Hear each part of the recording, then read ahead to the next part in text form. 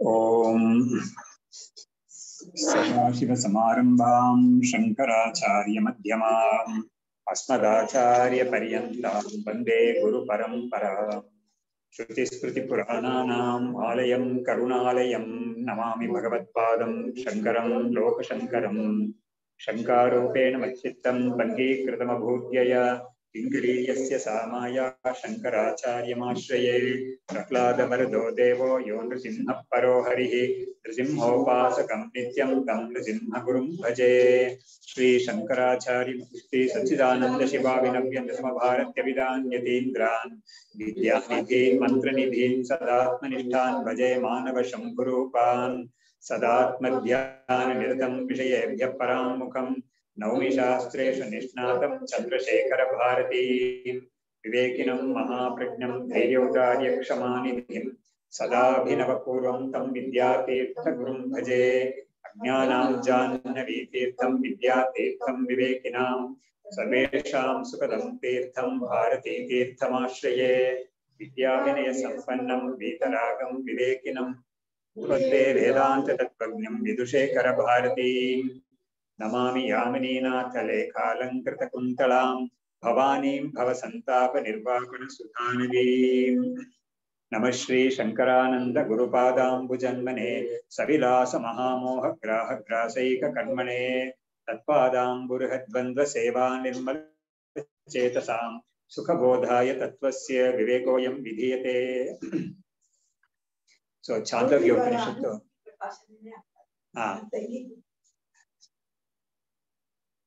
ಇದರಲ್ಲಿ ಚಾಂದೋಗ್ಯ ಉಪನಿಷತ್ತಿನ ಶ್ವೇತಕೇತು ಅಂದ್ರೆ ತತ್ವಮಸಿ ಪ್ರಕರಣ ಇದು. ಅದು ತತ್ವಮಸಿ ಅನ್ನೋದು 9 ಬಾರಿ ಅಲ್ಲಿ ಉಪದೇಶ ಆಗುತ್ತೆ. ಅದನ್ನ ಮುಗಿಸ್ತಾ ಬರ್ತಾ ಇದ್ದಾರೆ. ಇವಾಗ ಒಂದೊಂದು ಉಪದೇಶ ಮಾಡುವಾಗ್ಲೂ ಕೂಡ ಒಂದು ಸಂಶಯವನ್ನ ಎತ್ತಿ ಆ ಸಂಶಯಕ್ಕೆ ಉತ್ತರ ಕೊಟ್ಟು ತತ್ವಮಸಿನ ಹೇಳ್ತಾ ಇದ್ದಾರೆ. ಸೊ ಈಗ ಈ ಸಂಶಯಗಳೆಲ್ಲ ವೇದಾಂತದಲ್ಲಿ ಬರಬಹುದಾದ ಸಂಶಯಗಳೇ ಇದೆಲ್ಲ. ಹಾಗಾಗಿ ಅದನ್ನೆಲ್ಲ ಕವರ್ ಮಾಡ್ತಾ ಇದ್ದಾರೆ. ಅಂದ್ರೆ ನೋಡಿ, ಒಂದೊಂದು ಪ್ರಶ್ನೆ ಮಾಡೋದ್ರಿಂದನೂ ಎಷ್ಟೋ ಡೌಟ್ಸ್ ಎಲ್ಲ ಕ್ಲಿಯರ್ ಆಗುತ್ತೆ ಇದರಲ್ಲಿ. ಅಷ್ಟು 9 ಸತಿ ಅವರು ಬೇರೆ ಬೇರೆ ಪ್ರಶ್ನೆಗಳೆಲ್ಲ ತಗೊಂಡು ಮಾಡೋದ್ರಿಂದ ಸಾಮಾನ್ಯವಾಗಿ ವೇದಾಂತ ಸಂಬಂಧವಾಗಿ ಏನೇ ಪ್ರಶ್ನೆಗಳು ಬಂದ್ರು ಅದೆಲ್ಲವೂ ಕೂಡ ಇದ್ರಲ್ಲಿ ನಿವಾರಣೆ ಆಗುತ್ತೆ ಅಂತ ರೀತಿಯಲ್ಲಿ ಉಪನಿಷತ್ತೇ ಡಿಸೈನ್ ಆಗಿದೆ ಅದು. ಹಾಗಾಗಿ ಸಾಮಾನ್ಯವಾಗಿ ನಮ್ಮ ಉಪನಿಷತ್ತುಗಳಲ್ಲಿ ಹೇಗಿರುತ್ತೆ ಅಂದ್ರೆ, ಈ ಮಾಂಡುಕ್ಯಂ ಏಕಮೇವ ಅಲಂ ಮುಮುಕ್ಷೂಣಾಂ ವಿಮುಕ್ತಯೇ ಅಂತ ಒಂದು ಮಾತಿದೆ. ಅಂದ್ರೆ ಮಾಂಡುಕ್ಯಂ ಏಕಮೇವ ಅಲಂ ಮುಮುಕ್ಷೂಣಾಂ ವಿಮುಕ್ತಯೇ ಅಂತ. ಮಾಂಡುಕ್ಯ ಉಪನಿಷತ್ತು ಒಂದೇ ಸಾಕು, ಮುಮುಕ್ಷುಗಳಾಗಿರೋರಿಗೆ ಮೋಕ್ಷಕ್ಕೆ ಅದು ಒಂದೇ ಸಾಕು ಅಂತ ಒಂದು ಮಾತಿದೆ. ಅದು ಎಲ್ಲಿ ಬರುತ್ತೆ ಅಂದ್ರೆ ಮುಕ್ತಿಕೋಪನಿಷತ್ ಅಂತ ಒಂದಿದೆ. ಆ ಮುಕ್ತಿಕೋಪನಿಷತ್ತಲ್ಲಿ 108 ಉಪನಿಷತ್ತುಗಳನ್ನು ಪಟ್ಟಿ ಮಾಡಿದ್ದಾರೆ. ಅದು ಹನುಮಂತನಿಗೂ ರಾಮನಿಗೂ ನಡೆಯೋ ಒಂದು ಸಂವಾದ ರೂಪದಲ್ಲಿ ಇದೆ ಅದು ಆ ಉಪನಿಷತ್ ಪೂರ್ತಿ. ಆ ಉಪನಿಷತ್ತಲ್ಲಿ 108 ಉಪನಿಷತ್ತುಗಳ ಪಟ್ಟಿ ಮಾಡಿದ್ದಾರೆ, ಹೆಸರುಗಳು ಬರುತ್ತೆ ಅದರಲ್ಲಿ. ಅಲ್ಲಿ ಬರುವಾಗ ಈ ಮಾಂಡುಕ್ಯ ಉಪನಿಷತ್ ಬಗ್ಗೆ ಆ ತರ ಹೇಳ್ತಾರೆ ಅದನ್ನ. ಅದು ಸಣ್ಣ ಉಪನಿಷತ್ತು, ತುಂಬಾ ಅದು ಮಾಂಡುಕ್ಯ ಉಪನಿಷತ್ತು ತುಂಬಾ ಸಣ್ಣ ಉಪನಿಷತ್ತು. ಅದರಲ್ಲಿ ಅಲ್ಲಿ ಹೇಳ್ತಾ ಇರೋದು ಅಷ್ಟು ಅದು ಸಣ್ಣದಾಗಿದ್ರು ಕೂಡ ಅದು ಮೂರ್ತಿ ಚಿಕ್ಕದಾಗಿದ್ರು ಕೀರ್ತಿ ದೊಡ್ಡದು ಅಂತ ಹೇಳ್ತಾರಲ್ಲ, ಆತರ ಅದರಲ್ಲಿ ಆ ಉಪನಿಷತ್ತು ಸಣ್ಣದಾಗಿದ್ರು ಕೂಡ ಅದರಲ್ಲಿ ತುಂಬಾ ವಿಷಯಗಳು, ಅದು ತುಂಬಾ ಗಹನವಾದ ವಿಷಯಗಳು ಅದು ಬಂದಿದೆ. ಅದಕ್ಕೆ ಗೌಡಪಾದಾಚಾರ್ಯರು ಅದಕ್ಕೆ ಕಾರಿಕೆ ಬರೆದಿದ್ದಾರೆ. 400 ಶ್ಲೋಕ ಕಾರಿಕೆ ಬರೆದಿದ್ದಾರೆ. 400 ಶ್ಲೋಕ ಶಂಕರಾಚಾರ್ಯರು ಅದಕ್ಕೆಲ್ಲ ಪೂರ್ತಿ ಭಾಷೆಯನ್ನು ಬರೆದಿದ್ದಾರೆ. ಹಾಗಾಗಿ ಮಾಂಡುಕ್ಯ ಮೇಕಮೇವಾಲಂ ಆತರ ಇಲ್ಲಿ ಕೂಡ ಪ್ರತಿಯೊಂದು ಉಪನಿಷತ್ತು ಕೂಡ ಅದೇ ತರನೇ ಒಂದೊಂದು ಉಪನಿಷತ್ತು ತಗೊಂಡ್ರು ಕೂಡ ಆ ಉಪನಿಷತ್ ಪೂರ್ತಿ ಕೂಡ ಬೇಕಿಲ್ಲ. ಉದಾಹರಣೆಗೆ ಚಾಂದೋಗ್ಯ ಉಪನಿಷತ್ತಲ್ಲಿ 8 ಅಧ್ಯಾಯ ಇದೆ. ಅದರಲ್ಲಿ ಒಂದೊಂದು ಅಧ್ಯಾಯದಲ್ಲಿ ಕೂಡ ನಮ್ಗೆ ಮುಖ್ಯವಾಗಿ 6, 7, 8 ಈ ಕೊನೆಯ 3 ಅಧ್ಯಾಯದಲ್ಲಿ ಪೂರ್ತಿ ವೇದಾಂತ ಬಂದಿದೆ ಇದರಲ್ಲಿ. ಅದರಲ್ಲಿ ಕೂಡ 6ನೇ ಅಧ್ಯಾಯ ಮಾತ್ರ ತಗೊಂಡ್ರು ಕೂಡ ಅದರಲ್ಲಿ ನಮಗೆ ವೇದಾಂತ, ಇಡೀ ವೇದಾಂತ ಮಹಾವಾಕ್ಯ ಸಮೇತ ಬಂದ್ಬಿಟ್ಟಿದೆ ಅದರಲ್ಲಿ. 7ನೇ ಅಧ್ಯಾಯದಲ್ಲೂ ಬರುತ್ತೆ ನಮಗೆ, ಮುಂದೆ ಅದನ್ನ ಮಾಡ್ತೀವಿ ನಾವು. ಅಲ್ಲಿ ನಾರದ ಸನತ್ ಕುಮಾರ ಸಂವಾದ, ಅದರಲ್ಲಿ ತುಂಬಾ ವಿಷಯಗಳೆಲ್ಲ ಬರುತ್ತೆ. ಭೂಮವಿದ್ಯಾ ಅಂತ ಹೆಸರು ಇದಕ್ಕೆ. ಸೊ ಈ ತರ ಇರೋದು ಇದರಲ್ಲಿ ಈ ಮಹಾವಾಕ್ಯ ಉಪದೇಶ ಮಾಡಿ ಕೊನೆಯಲ್ಲಿ ಮುಗಿಸ್ತಾ ಇದ್ದಾರೆ ಅದನ್ನ. ಇವಾಗ ನಾವು ಒಂದ್ಸತಿ ನೋಡಿದ್ರಿಂದ ಹಾಗೆ ಕಂಟಿನ್ಯೂ ಮಾಡ್ತಾ ಇದೀವಿ. ಅದರಲ್ಲಿ ಕೀದೃಶಿ ಮೃತಿರಸ್ಯ ಇತಿ ಚೇತ್ ರಾಗಾದಿಲಯಾತ್ ಯಥಾ ಮೂಢಸ್ಯ ತದ್ವತ್ ಏವ ಅಸ್ಯ ವೈಲಕ್ಷಣ್ಯಂ ನ ಕಿಂಚನ. ಅಂದ್ರೆ ಇವಾಗ ಆತ್ಮಜ್ಞಾನ ಪಡ್ಕೊಂಡಿದ್ದಾನೆ ಒಬ್ಬ, ಅವನಿಗೆ ಈ ಶರೀರ ಕೊನೆ ಶರೀರ, ಅವನಿಗೆ ಇನ್ನ ಪುನರ್ಜನ್ಮ ಇಲ್ಲ ಅವನಿಗೆ. ಇವಾಗ ಏನ್ ಪ್ರಶ್ನೆ ಮಾಡ್ತಾರೆ ಅಂದ್ರೆ, ಈ ಮರಣ ಅಂತ ಒಂದು ಸಂಭವಿಸುತ್ತಲ್ಲ, ಈ ಮರಣ ಸಂಭವಿಸೋದು ಅಜ್ಞಾನಿಗಳಿಗೂ ಒಂದೇ ತರ ಇರುತ್ತೆ, ಜ್ಞಾನಿಗೂ ಮರಣ ಒಂದೇ ತರ ಇರುತ್ತೆ ಅಂತ ಶಾಸ್ತ್ರ ಹೇಳ್ತಾ ಇದೆ. ಅವಾಗ ಏನ್ ವ್ಯತ್ಯಾಸ? ಅವನಿಗೂನು ಇವನ್ಗೂನು ಮರಣ ಅನ್ನೋದು ಒಂದೇ ತರ ಇದ್ರೆ ಅವಾಗ ಅವನಿಗೆ ಮಾತ್ರ ಪುನರ್ಜನ್ಮ ಇದೆ, ಯಾರಿಗೆ? ಅಜ್ಞಾನಿಗೆ. ಜ್ಞಾನಿಗೆ ಮಾತ್ರ ಪುನರ್ಜನ್ಮ ಇಲ್ವಲ್ಲ, ಏನಕ್ಕೆ ಅದು, ಏನು, what is the differentiating factor ಅಂತ ಪ್ರಶ್ನೆ ಮಾಡ್ತಾ ಇದ್ದಾರೆ. ಕೀದೃಶಿ ಮೃತಿಹಿ ಅಸ್ಯ, ಅಸ್ಯ ಅಂದ್ರೆ ಅಸ್ಯ ಜ್ಞಾನಿನಃ ಇದು ಚೇತ್ ಯಾಗಾದಿ ಲಯ ಅತ್ಯತ. ಯಾಕಂದ್ರೆ ನೋಡಿ, ಒಬ್ಬನಿಗೆ ಮತ್ತೆ ಒಂದು ಜನ್ಮ ಬರ್ಬೇಕು ಅಂದ್ರೆ ಅವನಿಗೆ ಕೆಲವು ವಿಷಯಗಳು ಅವನಿಗೆ ಕಟ್ಟಿಟ್ಕೊಂಡಿರ್ಬೇಕು. ಆ ಇದ್ರನೇ ಮತ್ತೆ ಒಂದು ಜನ್ಮ ಬರುತ್ತೆ. ಏನೇನು ವಿಷಯಗಳು ಅಂತ ಹೇಳಿದ್ರೆ, ಮೊದಲು ಅವಿದ್ಯ, ಕಾರಣ ಶರೀರ ಅಂತ ಹೇಳ್ತೀವಲ್ಲ, ಅವಿದ್ಯ ಅನ್ನೋದು ಅದ್ರಲ್ಲಿ ಇರುತ್ತೆ. ಅದು ಈ ಕಾರಣ ಶರೀರ ಎಲ್ಲಿವರೆಗೂ ಇರುತ್ತೋ ಅಲ್ಲಿವರೆಗೂ ಅವನಿಗೆ ಜನ್ಮ ಬರ್ತಾನೆ ಇರುತ್ತೆ. ಅಂದ್ರೆ ಏನರ್ಥ ಅಂದ್ರೆ, ಕಾರಣ ಶರೀರದಲ್ಲಿ ಅವಿದ್ಯೆ ಇದೆ, ಅವಿದ್ಯೆ ಎಲ್ಲಿವರೆಗೂ ಇರುತ್ತೋ ಒಬ್ಬನಿಗೆ ಮತ್ತೆ ಮತ್ತೆ ಜನ್ಮಗಳು ಬರ್ತಾನೆ ಇರುತ್ತೆ. ಯಾವಾಗ ಅವನು ಅವಿದ್ಯೆಯನ್ನು ಹೋಗ್ಲಾಡ್ಸ್ಕೊಂಡಿದ್ದಾನೋ ಜ್ಞಾನದಿಂದ, ಅವನಿಗೆ ಅದೇ ಕೊನೆ ಜನ್ಮ, ಮತ್ತೆ ಜನ್ಮ ಇಲ್ಲ. ಮತ್ತೆ ಮತ್ತೆ ಮತ್ತೆ ಮತ್ತೆ ನೋಡಿ, ಅವಿದ್ಯೆ ಇರೋದ್ರಿಂದ ಏನಾಗುತ್ತೆ ಅಂದ್ರೆ, ಅವಿದ್ಯಾ ಕಾಮ ಕರ್ಮ ಅಂತ ಒಂದು ಸೀರೀಸ್, ಒಂದು ಲಿಂಕ್ ಕೊಟ್ಟಿದ್ದಾರೆ, ಒಂದಕ್ಕೊಂದಕ್ಕೆ ಲಿಂಕ್ ಇದೆ, ಒಂದು ಸೀಕ್ವೆನ್ಷಿಯಲ್ ಆರ್ಡರ್ ಅದು. ಅವಿದ್ಯೆ ಮೂಲ ಅವಿದ್ಯೆ ಇದ್ರೆ ಅವನಿಗೆ ಏನ್ ಅವಿದ್ಯೆ ಅಂದ್ರೆ ಏನು ಅಂತ ಹೇಳಿದ್ರೆ, ತನ್ನ ಸ್ವರೂಪ ಏನು ಅಂತ ತಿಳಿದೇ ಇರೋದೇ ಅವಿದ್ಯೆ. ತನ್ನ ಸ್ವರೂಪ ಇಂಥದ್ದು ಅಂತ ತಿಳಿದೇ ಇರೋದು ಅವಿದ್ಯೆ.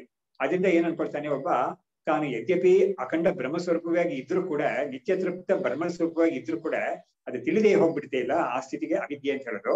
ಅದು ಅಂತ ಒಂದು ಅವಿದ್ಯೆ ಏನ್ ಮಾಡುತ್ತೆ ಅಂದ್ರೆ, ತನ್ನ ಸ್ವರೂಪ ಏನು ಅಂತ ತಿಳಿದೇ ಇರೋದ್ರಿಂದ ತನ್ನನ್ನ ಬೇರೆ ಏನೋ ಒಂದು ಅಂತ ಅನ್ಕೊಳ್ತಾನೆ. ನೋಡಿ, ಇದಕ್ಕೆ ಆವರಣ ಮತ್ತು ವಿಕ್ಷೇಪ ಅಂತ ಹೇಳ್ತೀವಿ. ಆವರಣ ಅನ್ನೋದು ಮುಚ್ಚೋದು. ಇವಾಗ ನಮ್ಗೆ ದೃಷ್ಟಾಂತದಲ್ಲೂ ಹೇಳ್ಬೋದು ಅದನ್ನ. ಇವಾಗ ಒಂದ್ ಕಡೆ ಒಂದು ಹಗ್ಗ ಇದೆ, ಆದ್ರೆ ಸ್ವಲ್ಪ ಕತ್ಲೆ ಇದೆ ಜಾಗದಲ್ಲಿ, ಅಂದ್ರೆ ಸಾಕಷ್ಟು ಬೆಳಕಿಲ್ಲ, ಅಥವಾ ಇವನ್ಗೇನೋ ಬೆಳಕು ಚೆನ್ನಾಗಿದೆ ಆದ್ರೆ ಇವನ್ ಕಣ್ಣಲ್ಲಿ ಏನೋ ದೋಷ ಇದೆ, ಅಥವಾ ಇವನ್ ಮನಸ್ಸೆಲ್ಲೋ ಒಂಥರ ಸ್ವಲ್ಪ ಕನ್ಫ್ಯೂಸ್ಡ್ ಸ್ಟೇಟ್ ಅಲ್ಲಿ ಇದೆ. ಅಂತ ಸಮಯದಲ್ಲಿ ಯದ್ಯಪಿ ಅವನು ಆ ವಸ್ತುವನ್ನು ನೋಡಿದ್ರು ಕೂಡ ಆ ವಸ್ತು ಅದೇನೆ ಅಂತ ಅವನಿಗೆ ಗ್ರಹಣ ಮಾಡಕ್ ಆಗ್ತಾ ಇಲ್ಲ ಫಾರ್ ಸಮ್ ರೀಸನ್ಸ್. ಅವಾಗ ಏನಾಗುತ್ತೆ ಅಂದ್ರೆ, ಅದಕ್ಕೆ ಆವರಣ ಶಕ್ತಿ ಅಂತ, ಅದ್ ವಸ್ತು ಏನು ಅಂತ ಗೊತ್ತಾಗದೆ ಹೋಗ್ತಲ್ಲ, ಅದು ಆವರಣ ಶಕ್ತಿ ಅಂತ. ಅದೇನ್ ಮಾಡುತ್ತೆ ಅಂದ್ರೆ, ಈ ಆವರಣ ಶಕ್ತಿ ಅನ್ನೋದು ತಾನ್ ಮಾತ್ರ ಇದ್ಕೊಂಡು ಸುಮ್ಮನೆ ಇದ್ಬಿಡಲ್ಲ, ಅದು ವಿಕ್ಷೇಪ ಶಕ್ತಿ ಅಂತ, ಅದಕ್ಕೆ ಇನ್ನೊಂದು ಇದು ಮುಖ ಇದೆ. ಅದು ಇನ್ನೊಂದು ಮುಖ ಇದೆಯಲ್ಲ, ಅದ್ರ ಮುಖಾಂತರ ಅದೇನ್ ಮಾಡ್ಬಿಡುತ್ತೆ ಅಂದ್ರೆ, ಆ ಹಗ್ಗವಾಗಿರೋ ವಸ್ತುವಿನ ಇವನಿಗೆ ಅಜ್ಞಾನ ಇರೋದ್ರಿಂದ ಇವನ ಸಂಸ್ಕಾರ ಅದ್ರ ಮೇಲೆ ಅದು ಹಾವಾಗಿಯೋ ಅಥವಾ ಹೂಮಾಲೆಯಾಗಿಯೋ ಏನೋ ಬೇರೆ ಒಂದಾಗಿ ತೋರಿಸ್ಬಿಡುತ್ತೆ. ಹಾಗಾಗಿ ಈ ಅವಿದ್ಯೆ, ಆವರಣ ಮತ್ತು ವಿಕ್ಷೇಪ ಅಂತ ಎರಡು ಅಂಶಗಳಿದೆ. ಆವರಣ ಅನ್ನೋದು ಮುಚ್ಚೋದು, ಇದು ಎನ್ವೆಲಪಿಂಗ್ ಅಂತ ಹೇಳ್ತಾರೆ. ವಿಕ್ಷೇಪ ಅನ್ನೋದು ಪ್ರೊಜೆಕ್ಟಿಂಗ್ ಅಂತ ಹೇಳ್ತಾರೆ, ಅದು ಬೇರೆಯಾಗಿ ತೋರಿಸೋದು ಅಂತ. ಈ ಎರಡು ಕೂಡ ಕೆಲಸ ಮಾಡ್ತಾನೆ ಇರುತ್ತೆ. ಎರಡು ಕೂಡ ಕೆಲಸ ಮಾಡುತ್ತೆ ಅಂತ ಹೇಳಿದ್ರೆ, ಬೇಸಿಕ್ ಆಗಿ ಅದು ಇದ್ಬಿಟ್ರೆ ಸಾಕು, ಇನ್ನೊಂದು ಕೆಲಸ ಮಾಡುತ್ತೆ ಅದು. ಅವಾಗ ಏನಾಗುತ್ತೆ ಅಂದ್ರೆ, ಒಬ್ಬನಿಗೆ ಅನಾದಿ ಅವಿದ್ಯೆ ಇರೋದ್ರಿಂದ, ಅವಿದ್ಯೆ ಆತ್ಮಸ್ವರೂಪದ ಬಗ್ಗೆ ಇದೆ, ಅದು ಅದನ್ನ ಬೇರೆಯಾಗಿ ಏನಾಗಿ ತೋರಿಸುತ್ತೆ ಅಂತ ಹೇಳಿದ್ರೆ, ಅವನು ತನ್ನನ್ನ ಒಬ್ಬ ಜೀವನಾಗಿ ತೋರಿಸುತ್ತೆ. ಆ ಜೀವ ಅನ್ನೋದು ಮನುಷ್ಯನಾಗಿ ಇರ್ಬೇಕು ಅಂತಿಲ್ಲ, ಏನೋ ಒಂದು ಜೀವ, ಈ ಪ್ರಾಣಿ ಜೀವ ಏನೋ ಒಂದು ಬರ್ತಾ ಇರುತ್ತೆ ಅವನಿಗೆ, ಅವನ ಕರ್ಮ ಅನುಸಾರಿ ಬರ್ತಾ ಇರುತ್ತೆ. ಯಾವಾಗ್ಲಾದ್ರೂ ಒಂದ್ಸತಿ ಅವನಿಗೆ ಈ ತರ ಮನುಷ್ಯ ಜನ್ಮ ಬಂದಾಗ ಅದನ್ನ ಉಪಯೋಗಿಸ್ಕೊಂಡ ಅಂತ ಹೇಳಿದ್ರೆ, ಅವನಿಗೆ ಇದಕ್ಕೆ ಒಂದು ಫುಲ್ ಸ್ಟಾಪ್ ಮಾಡಕ್ಕೆ ಆಗುತ್ತೆ. ಅದರಿಂದಲೇ ಮನುಷ್ಯ ಜನ್ಮಕ್ಕೆ ಅಷ್ಟೊಂದು ಪ್ರಾಶಸ್ತ್ಯ ಕೊಟ್ಟಿದ್ದಾರೆ. ಜಂತೂನಾಂ ನರಜನ್ಮ ದುರ್ಲಭಂ ಅಂತ ಬಂದು ಹೇಳಿದಾರಲ್ಲ ಅದು. ಆಮೇಲೆ ದುರ್ಲಭಂ ತ್ರಯಮೇವೈತ ದೈವಾನುಗ್ರಹ ಹೇತುಕಂ, ಇದು ಮನುಷ್ಯತ್ವ ಮುಮುಕ್ಷತ್ವ ಮಹಾಪುರುಷ ಸಂಶಯ ಅಂತ. ಹಾಗಾಗಿ ಈ ಮನುಷ್ಯತ್ವ ಅನ್ನೋದು ಬಂದಾಗ ಅವನಿಗೆ ಅವಕಾಶ ಸಿಕ್ಕಿರುತ್ತೆ, ಅವ್ನು ಮಾಡ್ಕೋಬೇಕಾಗುತ್ತೆ. ಅದನ್ನ ನಾನಾ ಕಡೆ ನೋಡ್ಬೇಕು. ನೋಡಿ, ಶಾಸ್ತ್ರ ಕೂಡ ಏನ್ ಮಾಡುತ್ತೆ ಅಂದ್ರೆ, ಒಂದು ಮಗು ಹುಟ್ಟಿ ಬೆಳಿತಾ ಇರುತ್ತೆ, ಅದಕ್ಕೆ ಸರಿಯಾದ ಒಂದು ಬುದ್ಧಿ ಇದು ಸಂಸ್ಕಾರ ಎಲ್ಲ ಕೊಡೋದು ಪೇರೆಂಟ್ಸ್ಗೆ, ಅವ್ರ ಮೇಲೆ ಹಾಕುತ್ತೆ ಆ ಹೊಣೆನ. ಆ ಹುಡುಗ ಸ್ವಲ್ಪ ದೊಡ್ಡವನಾಗ್ಬಿಟ್ರೆ ಅದಾದ್ಮೇಲೆ ಪೇರೆಂಟ್ಸ್ಗೆ ಆ ಹೊಣೆ ಇರೋದಿಲ್ಲ, ಆ ಹುಡುಗನ ಮೇಲೆನೆ ಆ ಹೊಣೆ ಇರುತ್ತೆ. ಅವನು ತನ್ನ ಬುದ್ಧಿ ಬೆಳಕೊಂಡ ಮೇಲೆ ಅವನು ನಾನಾ ಕಡೆ ಹುಡುಕಾಡಿ ತಾನು ಏನನ್ನ ಕಲಿಬೇಕು, ಯಾವ್ದನ್ನ ಕಲಿತ್ರೆ ಅವನಿಗೆ ಈ ಉದ್ಧಾರ ಆಗುತ್ತೆ ಅನ್ನೋದನ್ನ ಅವ್ನು ಹುಡ್ಕೋಬೇಕು. ಅದಕ್ಕೆ ಬೇಕಾಗಿರೋ ಅವಕಾಶಗಳನ್ನ ದೊಡ್ಡವ್ರು ಮಾಡ್ಕೊಡ್ಬೇಕು, ಅದಿದ್ದೇ ಇದೆ. ನೋಡಿ, ಅವಕಾಶ ಮಾಡ್ಕೊಡೋದು ಅನ್ನೋದು ಯಾವ್ದ್ರ ಮೇಲೆ ಹೋಗಿರುತ್ತೆ ಅಂತ ಹೇಳಿದ್ರೆ, ತುಂಬಾ ಹಿರಿಯರು ಅಂತ ಯಾರಿದ್ದಾರೋ, ಇವಾಗ ಉದಾಹರಣೆಗೆ ಶಂಕರಾಚಾರ್ಯರು ಮಠಗಳೆಲ್ಲ ಮಾಡಿದ್ರು. ಆ ಉದ್ದೇಶನೇ ಏನು ಅಂತ ಹೇಳಿದ್ರೆ, ಆ ಮಠಗಳಲ್ಲಿ ಇರೋ ಯಾರು ಪೀಠಾಧಿಪತಿಯಾಗಿ ಯಾರಿದ್ದಾರೋ ಅವರು ಜ್ಞಾನಿಗಳಾಗಿರ್ಬೇಕು, ಧರ್ಮಾನುಷ್ಠಾನ ಮಾಡ್ತಾ ಇರ್ಬೇಕು. ಅವರು ಅಂತವರಿಂದ ಏನಾಗುತ್ತೆ, 4 ಜನ ಅವ್ರನ್ನ ನೋಡ್ತಾರೆ, ನೋಡಿ ಅವರು ಕಲಿತು ಅವರು ಅದನ್ನ ಸ್ಪ್ರೆಡ್ ಮಾಡ್ತಾರೆ. ಹಾಗಾಗಿ ಭಗವಂತ ಕೂಡ ಈ ಸೃಷ್ಟಿ ಆಗಿದ ಸಮಯದಲ್ಲಿ ನಮಗೆ 3ನೇ ಅಧ್ಯಾಯದಲ್ಲಿ ಬರುತ್ತೆ ಗೀತೆಯಲ್ಲಿ, ಸಹಯಜ್ಞ ಪ್ರಜಾ ಸೃಷ್ಟ ಪುರೋವಾಚ ಪ್ರಜಾಪತಿ ಅನೇನ ಪ್ರಶವಿಸ್ಯತ್ವಂ ಯೇಷವೋಸ್ತು ಅಷ್ಟು ಇಷ್ಟ ಕಾಮದುಕ್ ಅಂತ ಹೇಳ್ಬಿಟ್ಟು, ದೇವಾ ಭಾವಯತೆಯನೇನ ತೇ ದೇವಾ ಭಾವಂತ ಪರಸ್ಪರಂ ಭಾವಯಂತಹ ಶ್ರೇಯ ಪರಮವಾಪ್ಸ್ಯತ ಅಂತ ಬರ್ತದೆ. ಏನರ್ಥ ಅಂತ ಹೇಳಿದ್ರೆ, ಈ ಪ್ರಜಾಪತಿ ಅನ್ನೋನು ಈ ಪ್ರಪಂಚವನ್ನ ಸೃಷ್ಟಿ ಮಾಡಿ, ನೋಡಿ ಈ ನಮ್ಮ ಶಾಸ್ತ್ರದಲ್ಲಿ ಪ್ರಪಂಚ ಸೃಷ್ಟಿ ಅನ್ನೋದು ಒಂದು ಎವಲ್ಯೂಷನ್ ತರ ಇರೋದಿಲ್ಲ. ಇದರಲ್ಲಿ ಒಂದು ಸೃಷ್ಟಿ ಅಂತ ಬಂದ ತಕ್ಷಣ ಅದ್ರಲ್ಲಿ ಎಲ್ಲವೂ ಇರುತ್ತೆ. ಸೃಷ್ಟಿಯಲ್ಲಿ ಇರೋ ಅಷ್ಟೂ ಇರುತ್ತೆ ಅದರಲ್ಲಿ. ನಮ್ಮ ಶಾಸ್ತ್ರದ ಪ್ರಕಾರ ಈ ಚತುರ್ವರ್ಣ ಜನಗಳು ಇರ್ತಾರೆ ಅದರಲ್ಲಿ. ಆಮೇಲೆ ಬೇರೆ ನದಿಗಿರಿ ಸಮುದ್ರ ಎಲ್ಲವೂ ಇರುತ್ತೆ, ಭೋಗಕ್ಕೆ ಬೇಕಾಗಿರೋ ಎಲ್ಲವೂ ಇರುತ್ತೆ ಅದರಲ್ಲಿ.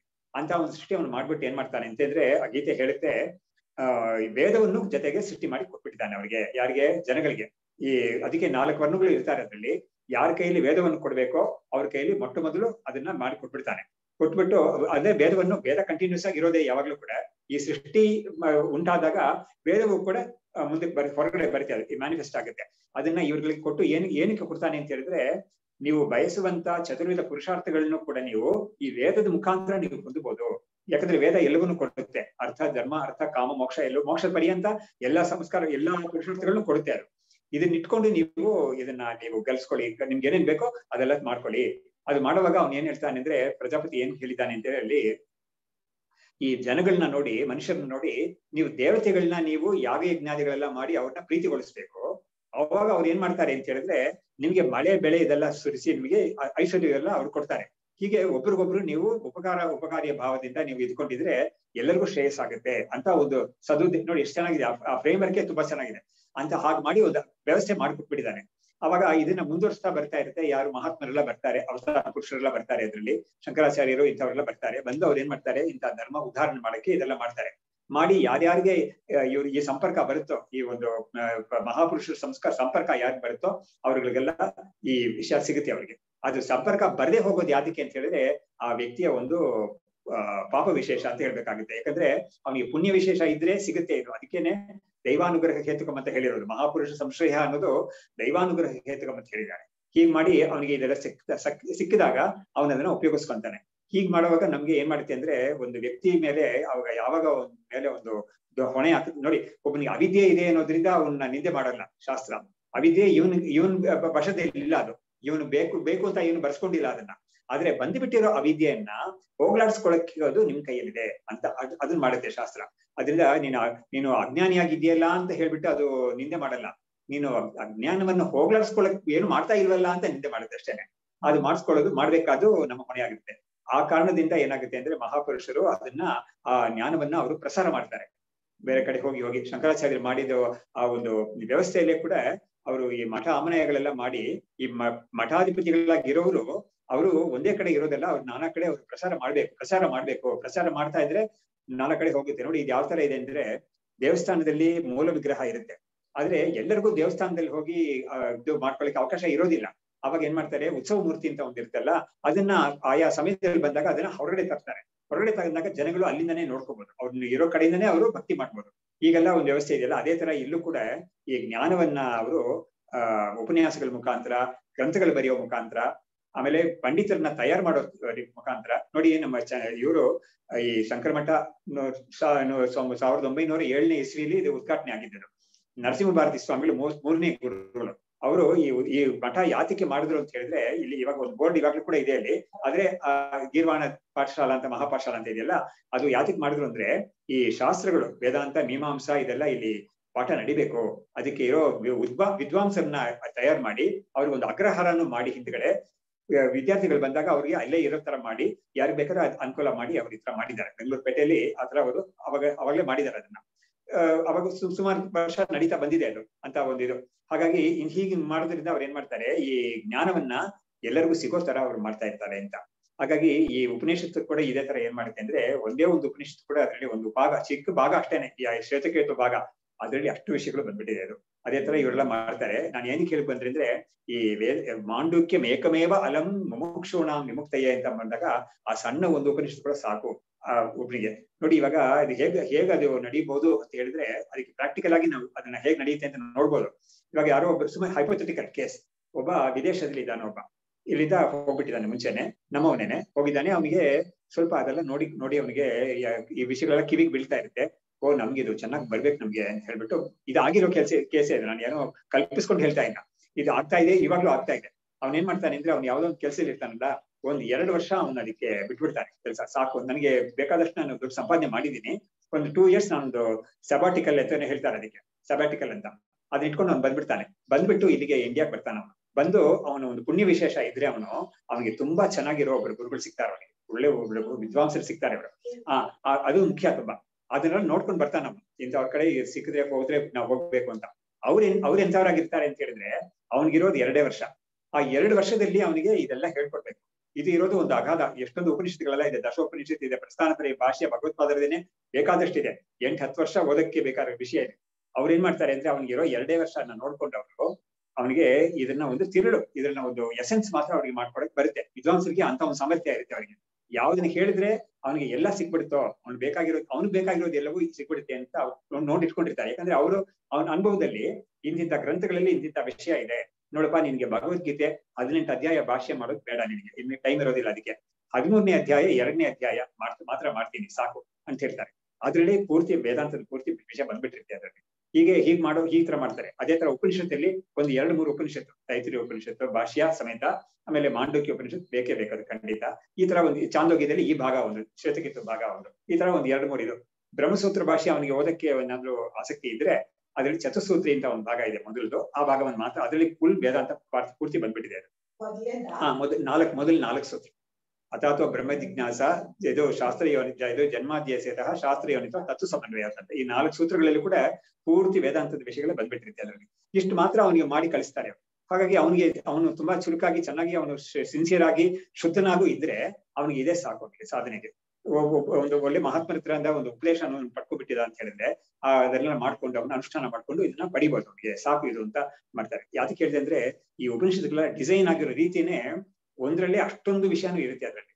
ನಿನಗೆ ಟೈಮ್ ಜಾಸ್ತಿ ಇಲ್ವಾ, ಒಂದೇ ಸಾಕು ನಿನಗೆ ಅಂತ ಆ ತರ ಮಾಡಿದಾರೆ ಅವರು.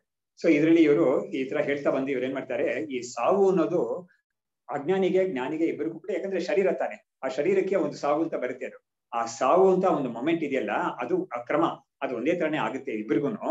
ಅವಾಗ ಏನ್ ಡಿಫ್ರೆನ್ಸ್, ಇವನಿಗೆ ಮಾತ್ರ ಮತ್ತೆ ಜನ್ಮ ಬರುತ್ತೆ, ಅವನಿಗೆ ಮಾತ್ರ ಜನ್ಮ ಬರೋದಿಲ್ವಲ್ಲ ಅಂತ. ಅವಾಗ ಜನ್ಮ ಯಾತಿಗೆ ಬರುತ್ತೆ ಅಂತ ಕೇಳಿದ್ರೆ ಅದಕ್ಕೆ ನಾನು ಹೇಳ್ತಾ ಇದ್ದೆ, ಅವಿದ್ಯಾ ಕಾಮ ಕರ್ಮ ಅಂತ. ಅವಿದ್ಯಾ ಕಾಮ ಕರ್ಮ ಅಂತ. ಅವಿದ್ಯೆಯಿಂದ ಒಬ್ಬ ತನ್ನನ್ನ ಅಪೂರ್ಣ ಅಂತ ತಿಳ್ಕೊಳ್ತಾನೆ, ಅಂದ್ರೆ ತಾನು ಒಂದು ಪರಿಚ್ಛಿನ್ನ ವ್ಯಕ್ತಿ, ಫೈನೈಟ್ ಎಂಟಿಟಿ ಅಂತ ತಿಳ್ಕೊಳ್ತಾನೆ. ತಿಳ್ಕೊಂಡು ಏನ್ ಮಾಡ್ತಾನೆ ಅಂದ್ರೆ ಅವನ ಒಳಗಡೆ ಇರೋ ಒಂದು ಬ್ರಹ್ಮ ವಾಸನೆ ಇರುತ್ತೆ, ಎಲ್ಲರಿಗೂ ಆ ವಾಸನೆ ಇರುತ್ತೆ ನೋಡಿ. ಪ್ರತಿಯೊಂದು ಜೀವಿಗೂ ಕೂಡ, ಅದು ಪ್ರಾಣಿ ಪಕ್ಷಿ ಕ್ರಿಮಿಕೀಟ ಯಾವುದೇ ಇರ್ಬೋದು, ಸುಖಮ್ಮೆ ಮಾ ಭೂತ್ ಸುಖಮ್ಮೆ ಭೂಯಾತ್ ದುಃಖಮ್ಮೆ ಮಾ ಭೂತ್ ಅಂತ ಇರುತ್ತೆ. ಅದಕ್ಕೆ ನನಗೆ ಸುಖವೇ ಉಂಟಾಗ್ಲಿ, ದುಃಖ ನನಗೆ ಬೇಡವೇ ಬೇಡ ಅಂತ ಪ್ರತಿಯೊಂದು ಪ್ರಾಣಿಗೂ ಯಾರು ಹೇಳ್ಕೊಡ್ಬೇಕಾಗಿಲ್ಲ. ಇದು ಅದರ ಒಂದು ಜನ್ಮ, ಅದರ ಒಂದು ಸ್ವಾಭಾವಿಕವಾಗಿ ಎಲ್ಲರಿಗೂ ಇರುತ್ತೆ ಅದು. ಹಾಗಾಗಿ ಅಂತದ್ದಿರುತ್ತೆ. ಅದ್ರ ಜೊತೆಗೆ ನನಗೆ ಸುಖ ಬೇಕು ಅಂತ ಇರೋದ್ರಿಂದ ನನಗೆ ಇವಾಗ ಸುಖ ಇಲ್ಲ ಅಂತ ಅವನಿಗೆ ಚೆನ್ನಾಗಿ ಗೊತ್ತು, ಎಲ್ಲ ಜೀವಿಗಳಿಗೂ ಗೊತ್ತದು. ಆ ಸುಖವನ್ನು ಹೊಂದೋದಕ್ಕಾಗಿ ಏನೋ ಒಂದು ಮಾಡ್ಬೇಕು ಅಂತ ತಿಳ್ಕೊಳ್ತಾನೆ. ತಿಳ್ಕೊಂಡು ಏನೋ ಒಂದು ಮಾಡ್ತಾ ಇರ್ತಾನೆ. ಅದ್ ಏನ್ ಮಾಡ್ತಾನೆ ಅನ್ನೋದು ಅದ್ರ ಮೇಲೆ ಹೋಗುತ್ತೆ. ಅವನಿಗೆ ನಿಜವಾದ ಸುಖ ಸಿಗುತ್ತಾ, ಸರಿಯಾದ ಸುಖ ಸಿಗುತ್ತಾ ಇಲ್ವಾ ಅನ್ನೋದು ಅದ್ರ ಮೇಲೆ ಹೋಗುತ್ತೆ. ಸೊ ಹೀಗೆ ಅವನು ಒಬ್ಬ ಸುಖವನ್ನೇ ಬೇಕು ಅಂತ ಬಯಸ್ತಾ ಇರೋನು ಆ ಸುಖವನ್ನ ಪಡೆಯಕ್ಕೆ ಏನೋ ಒಂದು ಮಾರ್ಗವನ್ನು ಅವಲಂಬಿಸ್ತಾನಲ್ಲ, ಆ ಮಾರ್ಗ ಎಂತ ಮಾರ್ಗವಾಗಿರುತ್ತೆ ಅನ್ನೋದನ್ನ ಉಪನಿಷತ್ತು ಶಾಸ್ತ್ರ ಎಲ್ಲ ಹೇಳ್ಕೊಡುತ್ತೆ ಅವನಿಗೆ. ನೀನ್ ಇಂಥ ಮಾರ್ಗವನ್ನು ಅವಲಂಬಿಸಿದ್ರೆ ನಿನ್ಗೆ ಇಂಥ ಸುಖ ಸಿಗುತ್ತೆ ನೋಡಿ. ಅದಕ್ಕೇನೆ ಈ ಚತುರ್ವಿಧ ಪುರುಷಾರ್ಥ ಅಂತ ಹೇಳುವಾಗ, ಧರ್ಮ ಅರ್ಥ ಕಾಮ ಮೋಕ್ಷ ಅಂತ ಹೇಳುವಾಗ, ಮುಂಚೆ ಇರೋ 3 ಪುರುಷಾರ್ಥಗಳಲ್ಲೂ ಕೂಡ ಸುಖ ಉಂಟು, ಆದ್ರೆ ಅದು ಪರಿಚ್ಛಿನ್ನ ಸುಖವಾಗಿರುತ್ತೆ, ಒಂದು ಪರಿಮಿತಿ ಇರುತ್ತೆ ಆ ಸುಖಕ್ಕೆ, ಇತಿಮಿತಿ ಇರುತ್ತೆ ಅದಕ್ಕೆ. ಆದ್ರೆ ಈ ಮೋಕ್ಷ ಸುಖ ಮಾತ್ರ, ಅದು ಮೋಕ್ಷ ಅನ್ನೋ ಸುಖ ಪುರುಷಾರ್ಥ ಮಾತ್ರ ಅದು ನಿತ್ಯವಾದ ಒಂದು ಪುರುಷಾರ್ಥವಾಗಿರುತ್ತೆ, ಅದು ಬಾಕಿ ಎಲ್ಲ ಅನಿತ್ಯವಾಗಿರುತ್ತೆ ಅದು.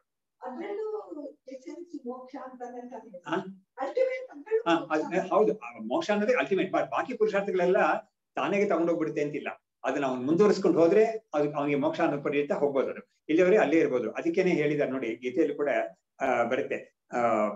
ಇದು ಈ ಕ್ಷೀಣೆ ಪುಣ್ಯ ಮರ್ತ್ಯಲೋಕಂ ವಿಶಂತಿ ಅಂತ ಬರ್ತಲ್ಲ, ತುಂಬಾ ಉತ್ತಮವಾದ ಪುಣ್ಯಕರ್ಮವಲ್ಲ ಮಾಡಿ ತುಂಬಾ ಒಳ್ಳೆ ಲೋಕಕ್ಕೆಲ್ಲ ಹೋಗ್ತಾರೆ, ಹೋಗ್ಬಿಟ್ಟು ಅಲ್ಲಿ ಭೋಗ ಮುಗಿಸ್ಕೊಂಡು ಮತ್ತೆ ಇಲ್ಲಿಗೆ ಬಂದ್ಬಿಡ್ತಾರೆ ಅವರು ಅಂತ.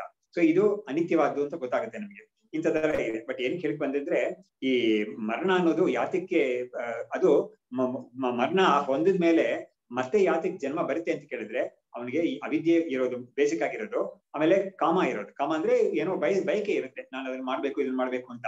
ಕಾಮದ ಪ್ರಕಾರ ಏನ್ ಮಾಡ್ತಾನೆ ಅಂದ್ರೆ ಎಲ್ಲ ಒಂದು ಕರ್ಮವನ್ನು ಮಾಡ್ತಾನೆ ಅವನು. ಕರ್ಮವನ್ನು ಮಾಡಿದಾಗ ಏನಾಗುತ್ತೆ ಅಂದ್ರೆ ಆ ಕರ್ಮ ಒಂದ್ರಲ್ಲಿ ಪುಣ್ಯ ಕರ್ಮವಾಗಿರುತ್ತೆ ಅಥವಾ ಪಾಪ ಕರ್ಮವಾಗಿರುತ್ತೆ. ಆ ಎರಡಕ್ಕೂ ಕೂಡ ಫಲ ಇದೆ.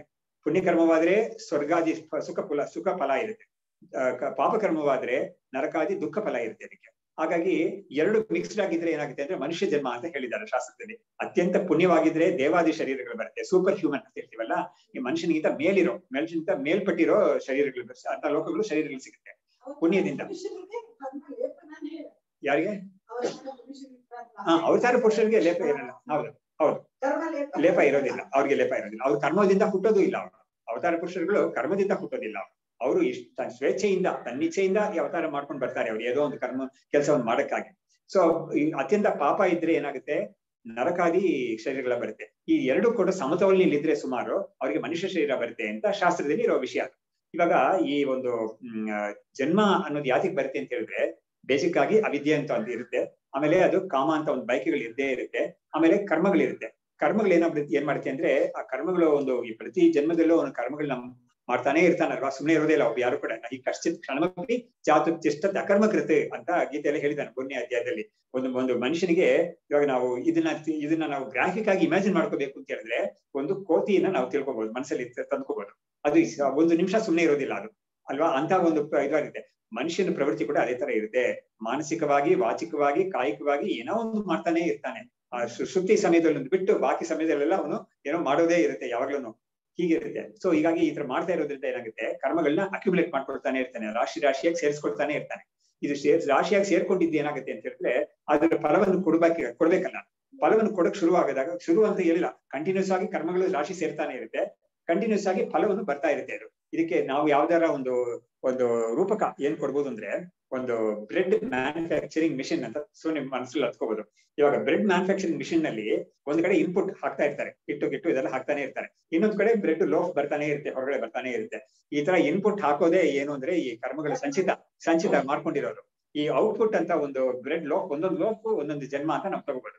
ಕರೆಕ್ಟ್ ಆಗಿ ಅದು ಈ ಜನ್ಮದಲ್ಲಿ ಅವನು ಏನೇನು ಕರ್ಮ, ಅವ್ನು ಹಿಂದಿನ ಮಾಡಿದ ಕರ್ಮ ಏನೇನು ಅವನಿಗೆ ಇವಾಗ ಪರಿಪಾಕ ಆಗಿದೆಯೋ ಅದು ಅವನ ಆ ಜನ್ಮದ ಪರಿಮಿತಿಯಲ್ಲಿ ಅಷ್ಟು ಮಾತ್ರ ಕರ್ಮ ಅವನಿಗೆ ಅನುಭವಿಸಕ್ಕೆ ಬೇಕಾಗಿರುತ್ತೆ. ಅದಕ್ಕೆ ನೋಡಿ ನಮ್ಗೆ ಲೋಕದಲ್ಲಿ ಒಂದು ಮಗು ಕೆಲವು ಸತಿ ಬೆಳ್ಕೊಂಡ್ ಬಂದಿರುತ್ತೆ ಇದ್ರಲ್ಲಿ ಗರ್ಭದಲ್ಲಿ ಹೋಗ್ಬಿಡುತ್ತೆ ಅಂತ ಆಗುತ್ತೆ ಅಲ್ವಾ. ಕೆಲವು ಸತಿ ಏನೋ ಹೇಳ್ತಾರೆ, ಭಾಷಣ ಏನೋ ಹೇಳ್ತಾರೆ ಅದನ್ನ. ಆಮೇಲೆ ಅಥವಾ ಹುಟ್ಟಿ ಬಂದು 1 ವರ್ಷನೋ 2 ವರ್ಷನೋ ಇದೇನೋ ಕಾಯಿಲೆ ಬಂದು ಹೋಗ್ಬಿಡುತ್ತೆ, ಇದೆಲ್ಲ ನೋಡ್ತೀವಿ ನಾವು. ಅಥವಾ ಸ್ವಲ್ಪ ದೊಡ್ಡವನಾಗಿ ಬೆಳೆದಿರ್ತಾನೆ, ಅಲ್ಪಾವಯಸ್ಸಲ್ಲಿ ಹೋಗ್ಬಿಡ್ತಾನೆ, ಇದೆಲ್ಲ ನಾವು ನೋಡ್ತೀವಿ. ಕೆಲವರಿಗೆ ತುಂಬಾ ವರ್ಷ ಇರ್ತಾರೆ ಅವರು, ಇದೆಲ್ಲ ನಾವು ನೋಡ್ತೀವಿ. ಇದೆಲ್ಲ ಏನಂದ್ರೆ ಕರ್ಮ. ಆ ಕರ್ಮದಲ್ಲಿ ಅವನು ಆ ಜನ್ಮದಲ್ಲಿ ಅವನು ಏನೇನು ರೋಗಗಳು ಸುಖ ದುಃಖ ಅನುಭವಿಸ್ಬೇಕು, ಅದಕ್ಕೊಂದು ಪರಿಮಿತಿ ಇರುತ್ತೆ. ಅದು ಇದಾದ್ಮೇಲೆ ಅವನಿಗೆ ಮತ್ತೆ ಒಂದು ಜನ್ಮ ಸಿಗುತ್ತೆ, ಮತ್ತೆ ಇನ್ನೊಂದು ಜನ್ಮದಲ್ಲಿ ಅವನಿಗೆ ಅವನು ಮಾಡಿರೋ ಇನ್ನೊಂದು ಕರ್ಮ ರೆಡಿಯಾಗಿ ಬಂದಿರುತ್ತೆ. ಒಂದು ಲೋಕ ಆದ್ಮೇಲೆ ನೆಕ್ಸ್ಟ್ ಲೋಕ ರೆಡಿಯಾಗಿರುತ್ತೆ ಬರಕ್ಕೆ ಹೊರಗಡೆ, ಅದನ್ನ ಇವನು ಅನುಭವಿಸ್ಬೇಕಾಗುತ್ತೆ. ಸೊ ಹೀಗೆ ಒಂದಾದ್ಮೇಲೆ ಒಂದು ಕಂಟಿನ್ಯೂಸ್ ಆಗಿ ಬರ್ತಾನೆ ಇರುತ್ತೆ. ಇದಕ್ಕೆ ಯಾವ ತಪ್ಪ ಅದಕ್ಕೊಂದು ಮುಕ್ತಾಯ ಮಾಡೋದು ಅಂತ ಒಂದು ಪ್ರಶ್ನೆ ಯಾರಿಗಾದ್ರೂ ಬರ್ಬೋದು. ಅದು ಬಂದ್ರೆ ನೋಡಿ, ಆ ಶಾಸ್ತ್ರ ಏನ್ ಮಾಡುತ್ತೆ ಅಂದ್ರೆ, ಇಂಥ ಪ್ರಶ್ನೆ ನಮ್ಗೆ ಬರದೇ ಹೋದ್ರೆ ಇಂಥ ಗ್ರಂಥಗಳು ಈ ಗ್ರಂಥನೇ ಅಂತ ಇರ್ಬೇಕಾಗಿಲ್ಲ. ನಮ್ಮ ಅಧ್ಯಾತ್ಮ ಶಾಸ್ತ್ರ ಸಂಬಂಧವಾದ ಏನೇ ನಮ್ಮ ಭಾರತೀಯ ಗ್ರಂಥಗಳು ಏನೇ ಇದ್ರು ಕೂಡ ಅದರಲ್ಲಿ ಇಂಥವೆಲ್ಲ ಬದಿಯಲ್ಲಿ ಸ್ವಲ್ಪ ಇದಕ್ಕೆ ಬೀಜ ಇಟ್ಟಿರ್ತಾರೆ ಒಳಗಡೆ. ನೀವೊಂದು ಪುರಾಣ ಕಥೆ ಕೇಳಿ, ಯಾವುದೇ ಒಂದು ಕತೆ, ಪ್ರಹ್ಲಾದನ ಕಥೆ ಆಗ್ಲಿ, ಅಜಾಮಿಳನ ಕಥೆ ಆಗ್ಲಿ, ಯಾವುದೇ ಒಂದು ಪುರಾಣ ಕಥೆ ಕೇಳಿ, ಮಹಾಭಾರತ ಯಾವುದೇ ಒಂದು ಚೂರು ಓದಿ, ಯಾವುದೇ ಇಂಥ ಗ್ರಂಥಗಳಲ್ಲಿ ಇಂಥ ಏನಾದ್ರೂ ಒಂದು ವಿಷಯ ಒಂದು ಚೂರು ಕಿವಿಗೆ ಬಿದ್ರೂ ಕೂಡ ಅದರಲ್ಲಿ ಇಂಥದ್ದೊಂದು ಸಣ್ಣ ಬೀಜ ಇರುತ್ತೆ ಅದರಲ್ಲಿ. ಅವಾಗ ಅವನಿಗೆ ಪ್ರಶ್ನೆ ಬರುತ್ತೆ. ಅವನಿಗೆ ಪ್ರಶ್ನೆ ಬಂದಾಗ ಅವನ್ ಏನ್ ಮಾಡ್ತಾನೆ, ಇದನ್ನ ಮುಂದಕ್ಕೆ ತಗೊಂಡು ಹೋಗ್ತಾನೆ ಅವನು. ಇನ್ಫ್ಯಾಕ್ಟ್ ನಾವು ಎಷ್ಟು ದೂರ ಹೋಗ್ಬೇಕಾಗಿಲ್ಲ, ಈ ಉಪನಿಷತ್ತಲ್ಲೇ ಬರುತ್ತೆ ಆ ವಿಷಯ. ಈ ನಾರದರು ಈ ಮುಂದಿನ ಅಧ್ಯಾಯದಲ್ಲಿ ಬರುತ್ತೆ. ಅವ್ರು ಬೇಕಾದಷ್ಟು ವಿದ್ಯೆ ಇರುತ್ತೆ ಅವ್ರಿಗೆ ವಿದ್ಯೆಗೆ ಅವ್ರು ಮಿತಿನೇ ಇಲ್ಲ, ಅಷ್ಟೊಂದು ವಿದ್ಯೆ ಕಲ್ತಿರ್ತಾರೆ ಅವರು. ಅದನ್ನ ಅವ್ರಿಗೆ ಕಲ್ತಿದ್ದವರಿಗೆ ಎಲ್ಲೋ ಒಂದು ಕಡೆ ಅವ್ರ ಈ ತರ ಒಂದು ಉಪನ್ಯಾಸದಲ್ಲೋ ಎಲ್ಲೋ ಒಂದು ಕಡೆ ಕೇಳಿದಾಗ ಅವ್ರಿಗೆ ಕಿವಿಗೆ ಬಿದ್ದಿರುತ್ತೆ. ಯಾವನಿಗೆ ಆತ್ಮಜ್ಞಾನ ಇಲ್ಲವೋ ಅವನಿಗೆ ದುಃಖ ಹೋಗೋದೇ ಇಲ್ಲ. ಅವನಿಗೆ ಆತ್ಮಜ್ಞಾನ ಇದ್ರೇನೆ ಅವನಿಗೆ ದುಃಖ ಹೋಗುತ್ತೆ ಅಂತ ಎಲ್ಲೋ ಕೇಳಿದಾನ. ಕೇಳಿದಾಗ ಅವನ್ ಏನ್ ಮಾಡ್ತಾನೆ, ಅವನ್ ತನ್ನೇ ಪರೀಕ್ಷೆ ಮಾಡಿ ನೋಡ್ಕೊಳ್ತಾನೆ. ನನಗೆ ಆತ್ಮಜ್ಞಾನ ಇಲ್ಲ ಅಂತ ಗೊತ್ತಾಗುತ್ತೆ.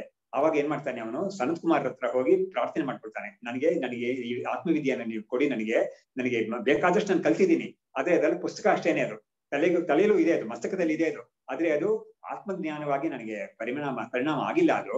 ಹಾಗಾಗಿ ನೀವು ಅದನ್ನ ನನಗೆ ನೀವು ಈ ವಿದ್ಯೆ ಕೊಡಿ ಅಂತ ಕೇಳ್ತಾನ.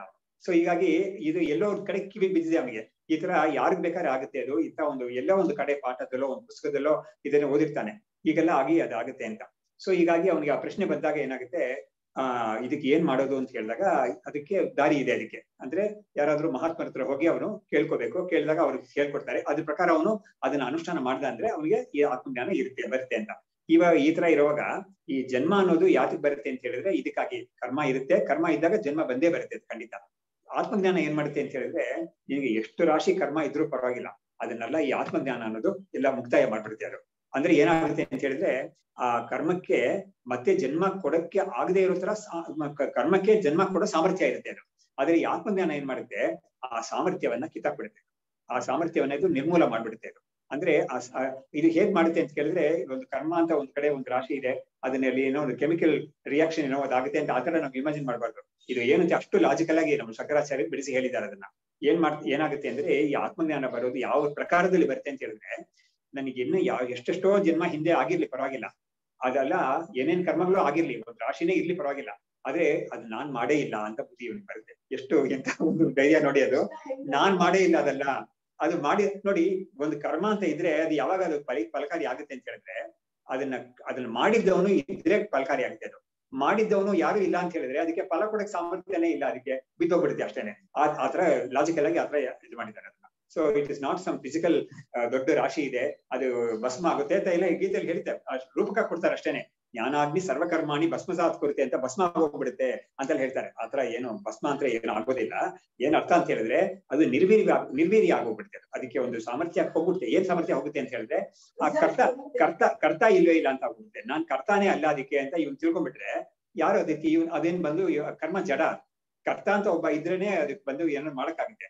ಕರ್ತಾನೇ ಅಲ್ಲ ನಾನು ಮಾಡೇ ಇಲ್ಲ ಅದು ಅಂತ ಇವನು ಬಿಡಿಸ್ಕೊಂಡ್ಬಿಟ್ರೆ ಇವನಂದ್ರೆ ಹಂಟೋದೇ ಇಲ್ಲ ಅಂತ ಶಾಸ್ತ್ರ, ಅದಕ್ಕೆ ಶಾಸ್ತ್ರ ಇದೆ, ಇದು ಪ್ರಮಾಣ ಇದೆ.